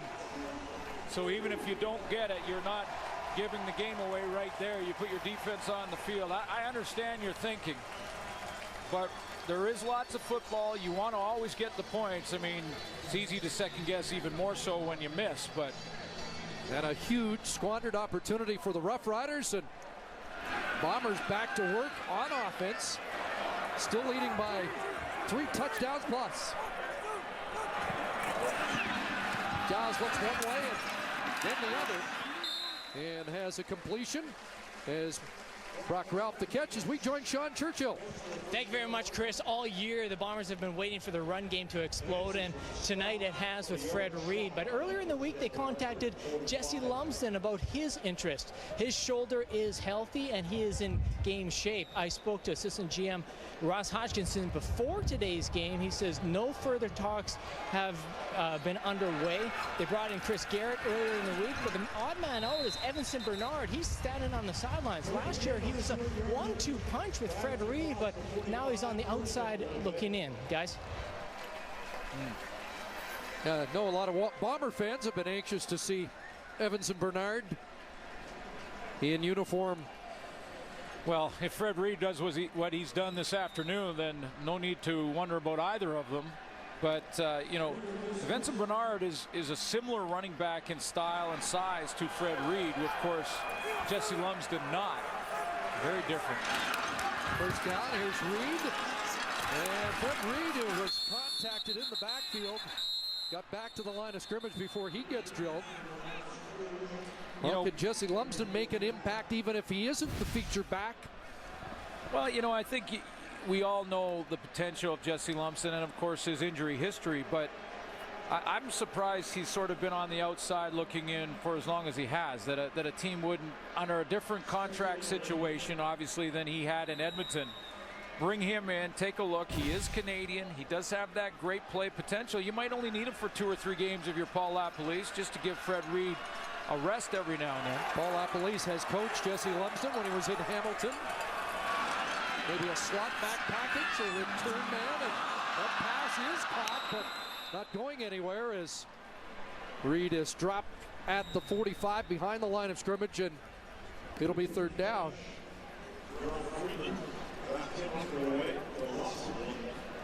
So, I think this might be a good move for the Bombers to bring in Jesse Lumsden, use him as a backup, almost tailback, or in different situations.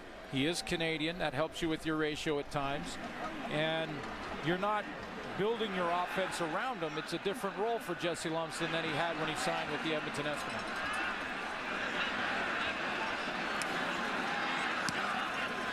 Mike Bruneau, better kick. Dressler driven back inside his 25. And Dressler brought down at the 29-yard line, 41-yard punt, 6 in the return. Darian Durant talked to us earlier today about this offense being a work in progress. I just think it's a work in progress. It's my first year working with Coach Barry, his first year working with the receivers, Wes, all the different things that you need to be familiar with, he's still learning. So I think he's doing a great job of adjusting and adapting to situations during the game, and it's only going to get better. Well, Rough Rider fans saying it's got to get better because this offense has clearly been in a lull for 2 or 3 weeks with a little gust of offense in the fourth quarter last week, but yeah. You know, coming in, you look at Darian Durant's passing yardage, and he was leading the league coming in this weekend, on pace for over 5,000. You know, Ken Austin's the only other guy to do that for the Riders. But the turnover issues, interceptions, and his completion percentage had dropped for 2-3 weeks in a row. Better last week, better on Sunday, but clearly not sort of as explosive as it was when they got to the Grey Cup championship a year ago. And they have to get to know each other between Doug Barry and Darian Durant. Remember, Paul LaPolice, as we mentioned earlier, his offensive coordinator last year.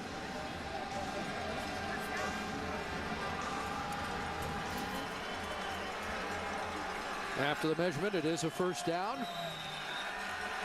It has been over 11 quarters since he last threw a touchdown pass.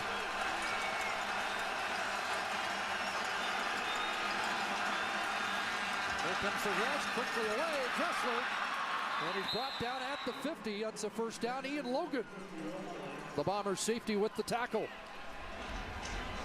Well, I know it all ties in together, but the other side of this issue for the offense for the Saskatchewan Roughriders has been their protection, and that Durant over the last 3-4 weeks, especially the last 2 against this Bomber front four, have struggled up front a little bit. And Gene Makowski said they had us guessing last week. They thought seeing them for the second time in as many weeks would help smooth things out, but here they come again. Dorian Smith, the finishing touches, back at the 40. Great swim move by Philip Hunt. He got there in a hurry, and I think he's the guy who flushed Darian Durant right to Dorian Smith. But watch the pressure. You can almost a race in a defensive line meeting at number 4. Odell Willis also in the backfield in a hurry. Third sack of this game for the Bombers, who had 3 on Labor Day. But constant pressure now, 2nd and 20, and the screen cakes. And he's cut down after a gain of 5. Javon Johnson on the final play of the third quarter, and the Bombers are still in charge. Third quarter numbers brought to you by Tim Hortons, proud sponsor of the CFL. Well, the Winnipeg Blue Bombers, when I look at the numbers, managing the game well. Stephen Giles with 0 turnovers, no interceptions for him. And then when you look at the Rider column, at 28 yards of rushing just jumps out to me. They've been in second along a ton. Wes Cates just can't get any traction, and that defensive line now for the Bombers can just pin their ears back and go. Well, it's been a frustrating day, I'm sure, for Saskatchewan fans. And here they are in the third quarter. They had the wind. They had field position. Yeah. They got 1 point. Yeah, and you wonder if should Ken Miller maybe have gambled in a 3rd and 8 situation after it took a while to find out exactly what down we were in and get it to 3rd down. But you know, you want to chip away, and then when you miss a field goal in that situation, obviously sort of adds to the second guessing. But Eddie Johnson punting into the wind. Javon Johnson at the 26. And he'll get bumped out around the 35. Big afternoon for Bomber running back Fred Reed. Over 100 yards in the first half, and he's getting 12 yards a carry. Tremendous blocking up front. You know, Fred Reed throughout this season has been kind of hit and miss. He's had games where he's had averages of over 10. He's had averages of 7.5, 8.3, 8.2 in games, and then games where it drops right off the board. That's a big difference. Fake to Reed this time, and the Darius Coleman the catch. They're going to mark him out at the 45, which will be just short of the first down. You're right, though. Giles has just managed things, not made any mistakes.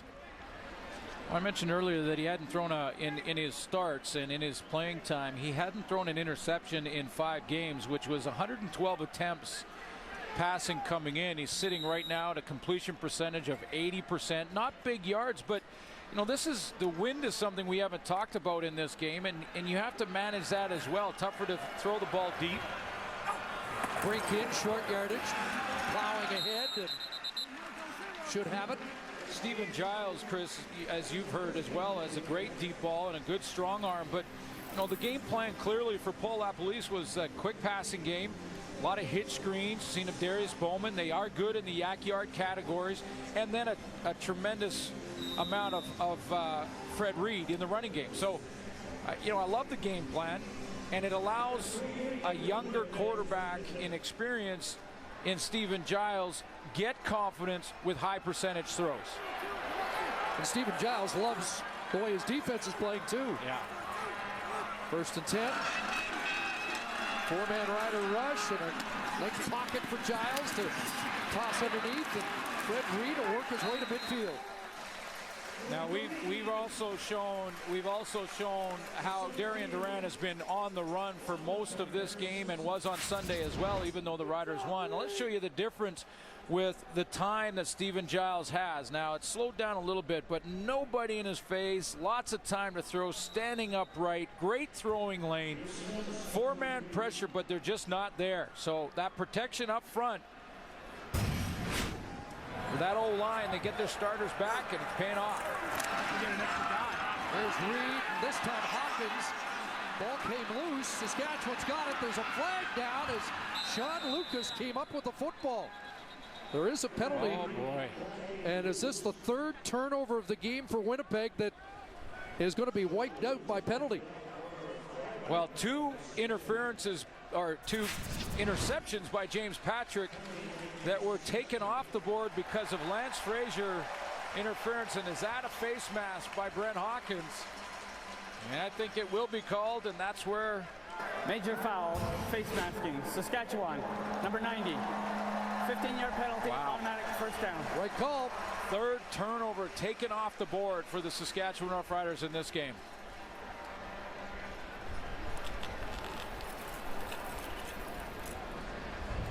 And now the ball down to the Saskatchewan 40-yard line. That's just unlucky for Brent Hawkins, who made such a great quick decision to go ahead and let Stephen Giles go and go after Fred Reed. Had him in the backfield, created a fumble, but just had his hands on the face mask. Bombers have had 21 running plays, 21 pass plays. And Giles a quick hitter over the middle. And there's Chris Davis, and Davis gets away.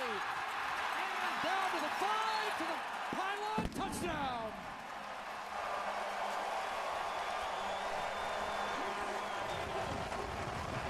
His first as a Bomber, 40 yards.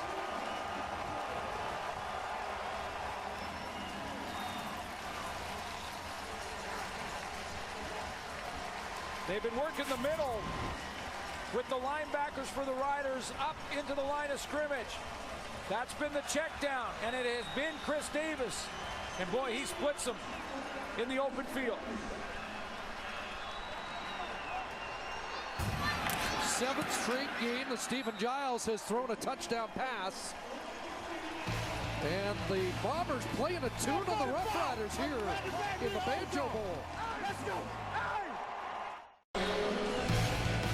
The CFL on TSN is brought to you in part by the 2011 GMC Sierra Heavy Duty.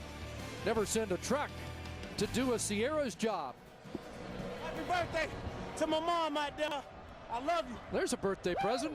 40-yard touchdown pass from Giles to Chris Davis. Dominic Dorsey back at his 6. And up across the 25-yard line.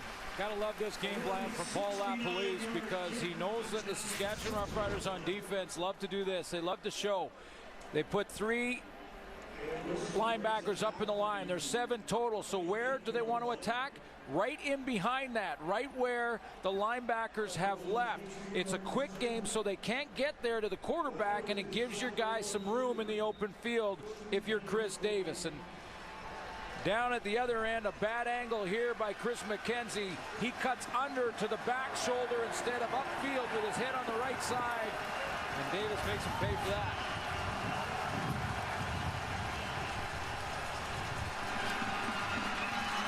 Durant holds on to it. Now underneath, Rodriguez. Drilled out at around the 38-yard line. And close to a first down. Well, the next week is going to be very tumultuous in Regina and right through the province of Saskatchewan. If it wasn't the Banjo Bowl, I would have suggested they were looking ahead to Calgary, but that can't be in the equation, can it? No. Bag a catch. And Bag taken down at the 42-yard line. Calgary next up at Mosaic on Friday. And the Toronto Argonauts take note. These Bombers are going to be contending for a playoff spot in the East based on what we've seen here today. They're next up. Next Sunday in Toronto, Winnipeg will play the Argonauts. Well, certainly momentum for the Bombers here. I mean, you know, they know that they've had a good football team, better than their record, a better team than 2-7.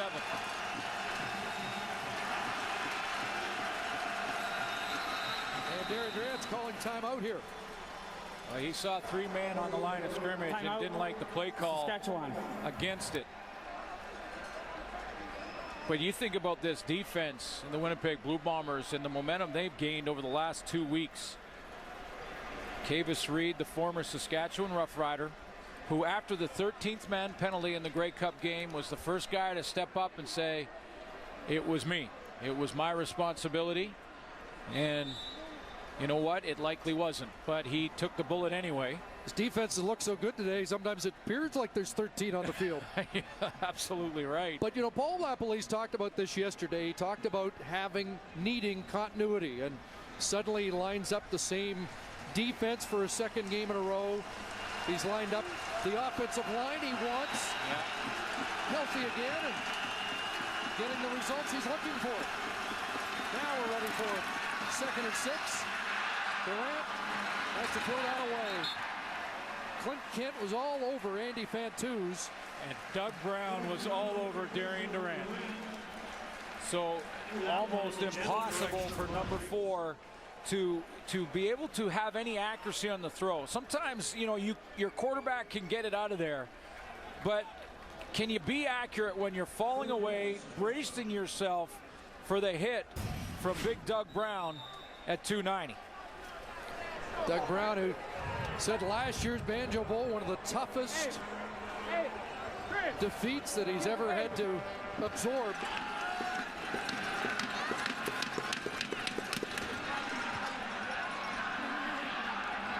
And here's Javon Johnson. Got away, but going to lose a couple with the second effort. It'll be Bomber football with a big lead when we come back.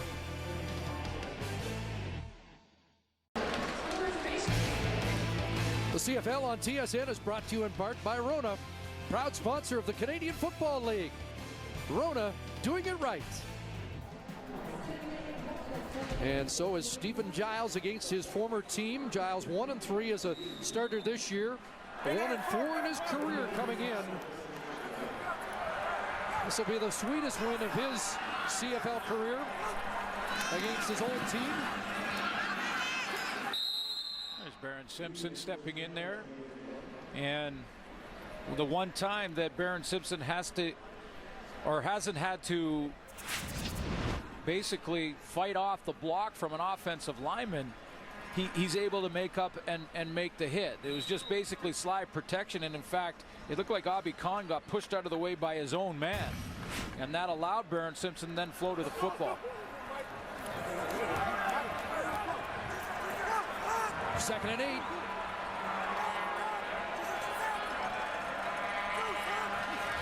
Wide receivers out.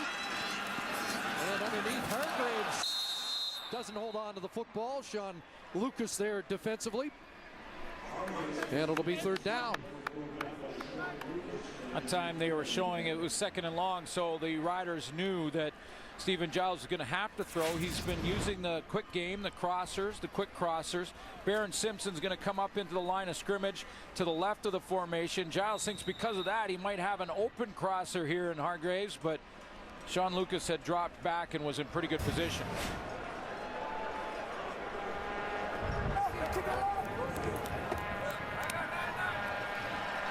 Here's Mike Renaud. Good boot.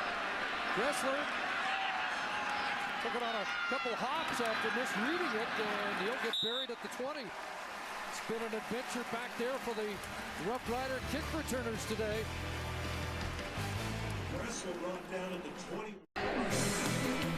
Well, TSN's coverage of the U.S. Open concludes today. Live coverage of the men's final. Rafael Nadal, Novak Djokovic coming up, beginning immediately following this broadcast. Kim Clijsters winning the women's final last night.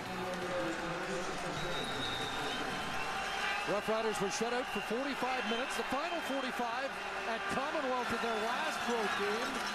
2 points in this one. Here in the fourth quarter with 8:15 to go and the clock running. Rodriguez a catch up to the 30. And they're going to go hurry up offense, and obviously the clock, the worst enemy now for the Riders. They got to get a quick score here.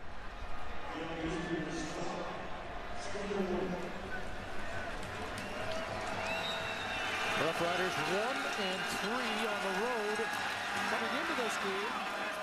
Flag down as That may have been a high tackle. That may have been a face mask or high tackle across the face mask of Wes Cates. Major foul, face mask.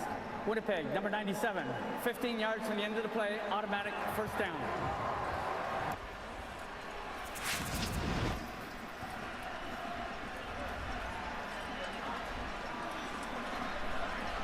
Oh, yeah. I thought it was right on the tackle, but Doug Brown actually reached back, and that's all he could get. Yeah, that's 15. First down up to the 51. Second read, now to the third, and finally throws it away. As the frustration continues, and so does the heat on the quarterback. Yeah, there was a couple back there in the backfield. Darren Durant was trying to hold them off. Odell Willis was one of them who steps up, working on Gene McCoskey. He's got some help from Wes Cates. That's a good match there. Now, as Durant gets flushed, he gets hit again from behind.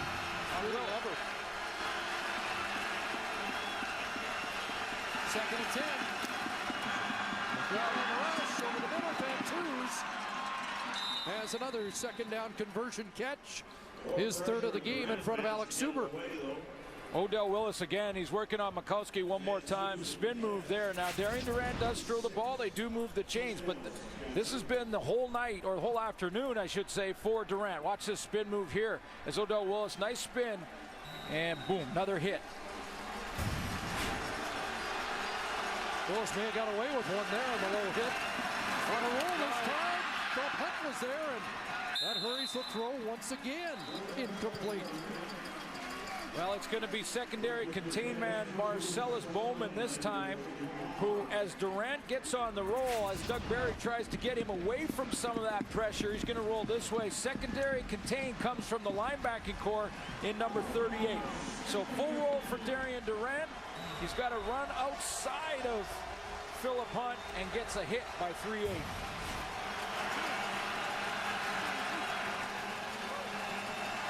And this is not a recording. It's second and 10.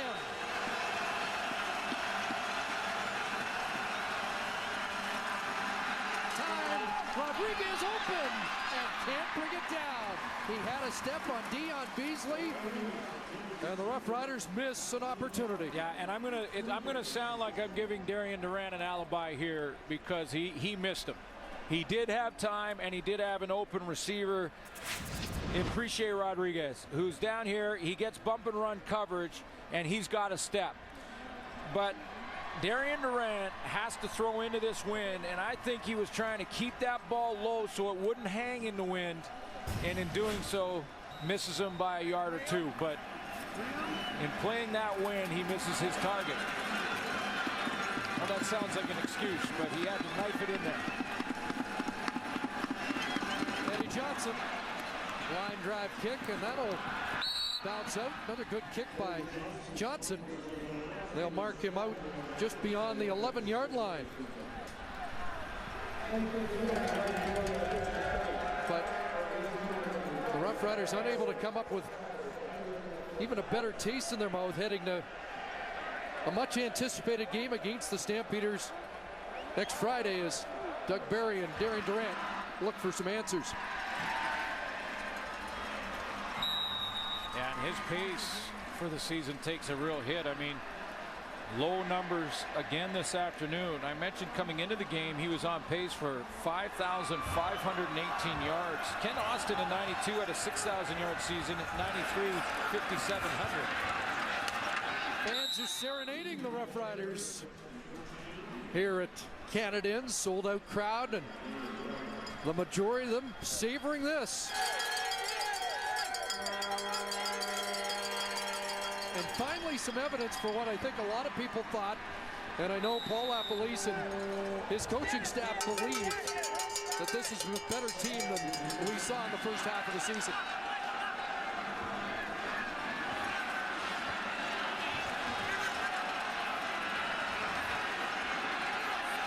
Second and 9.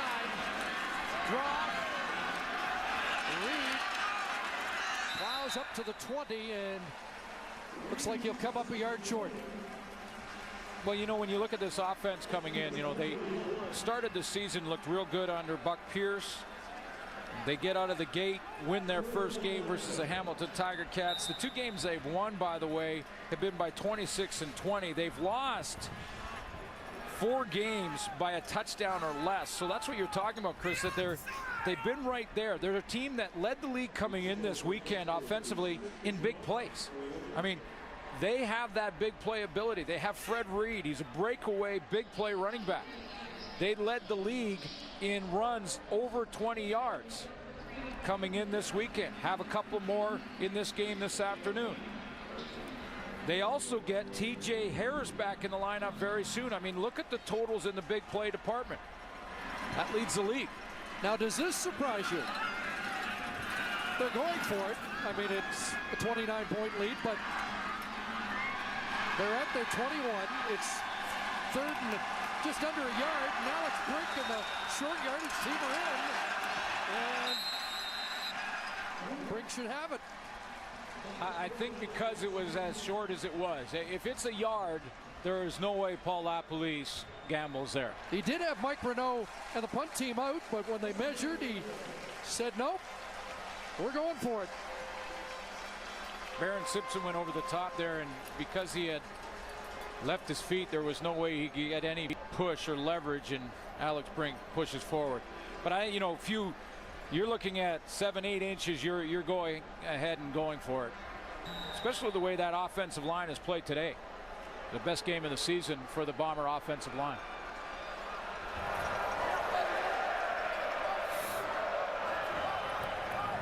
Giles back in, 1st and 10.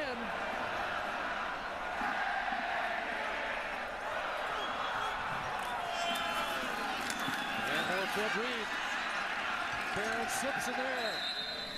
Reed said he wanted some redemption after last week when Simpson shut him down, and he has got it here today. Aaron Hargreaves has quietly blocked very well in this run game and haven't get a chance to really show him too often. He's going to come in from the right. Right there is Hawkins. Look at number 15. Now he's just going to take him here, and he's going to work him down underneath, work him down, and allow Fred Reed a cutback to go and bounce on the edge there. A few blocks like that in a backup role. Reed at 135 yards. Just under 9 yards a carry. Sets up at the wideout position. Quarterback draw. And here's Stephen Giles. Dragged down by Sean Lucas. With Buck Pierce on the sidelines, this might not be the best call, but it's productive again. Everything working out for the Bombers.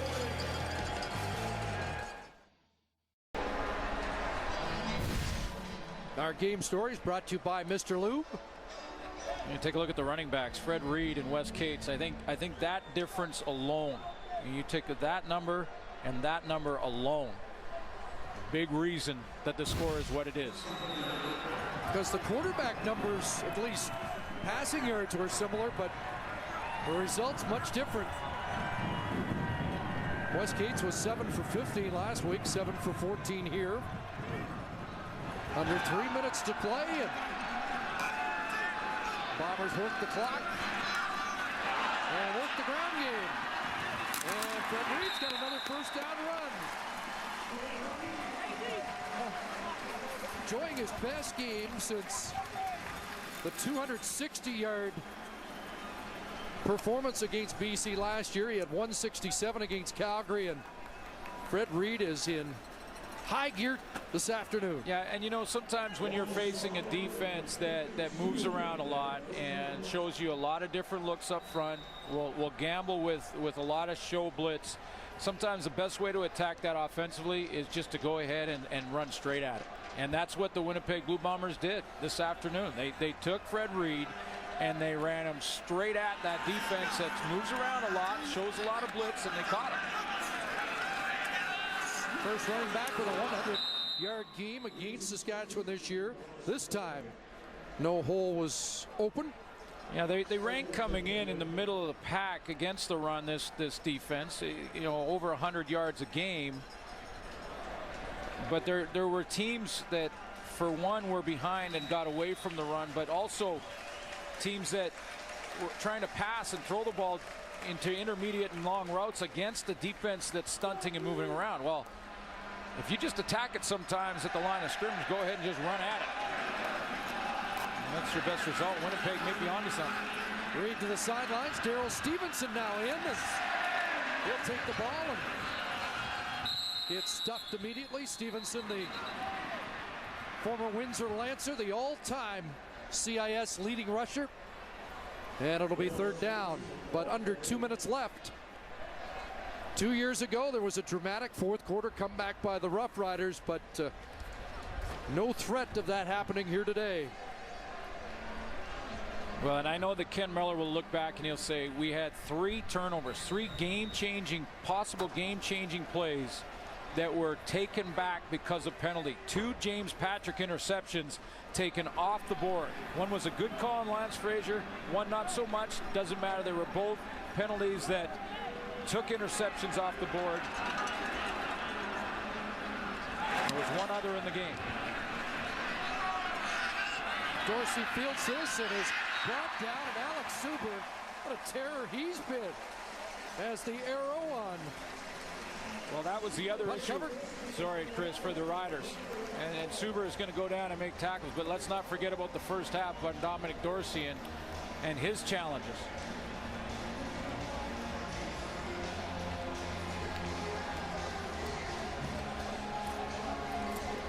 Well, it's not the most coveted trophy in all of sport. No. But the Bombers will gladly take it today. Yeah, and they needed to win. Boy, did they need to win. The Troy Westwood design. And a pass for Jason Claremont didn't complete. Ryan Dinwiddie in at quarterback, the former Bomber, whose first CFL start was for Winnipeg in the 2007 Grey Cup game. In the mop up here. And more than anything, that just takes 1 or 2 more hits off of Darian Durant, maybe 1 less ice pack. Season low, 167 yards passing. In fact, 3 of his last 4 starts, season lows. Incomplete, flag down.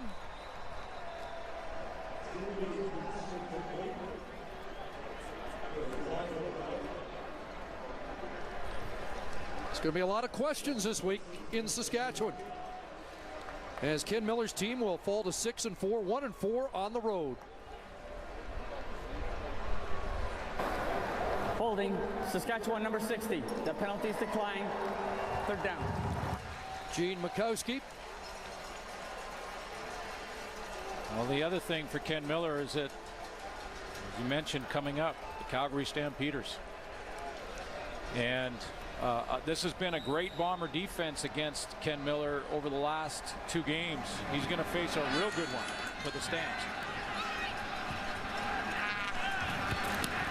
The best rider on the day, Eddie Johnson, cruises this one over the head of Javon Johnson. That's against the wind. What a kick.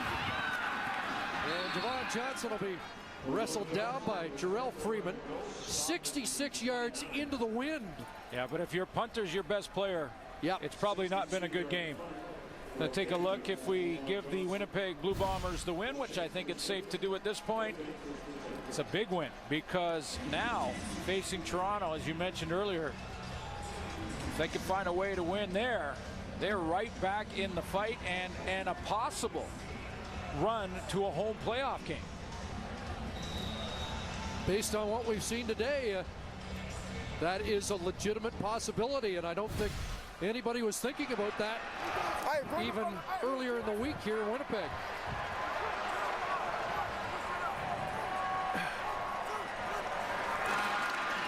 There's Stevenson, straight ahead.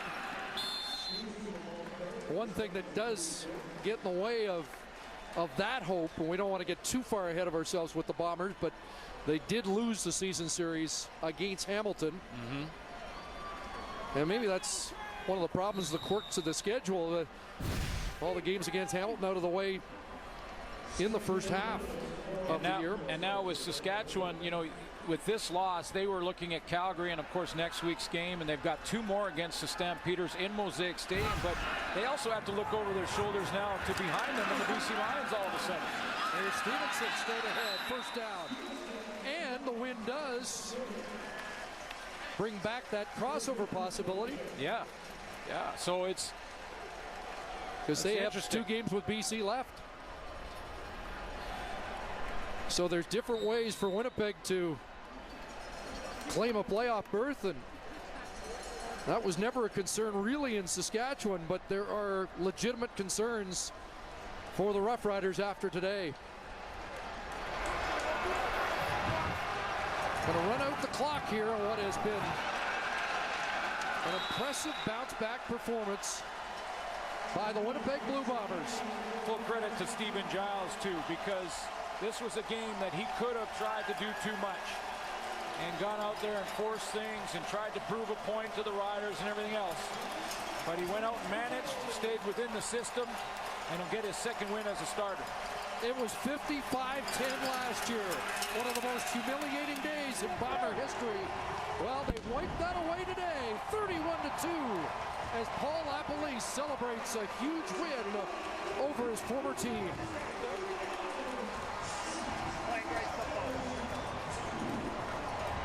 Ken Miller's team falls to 6-4.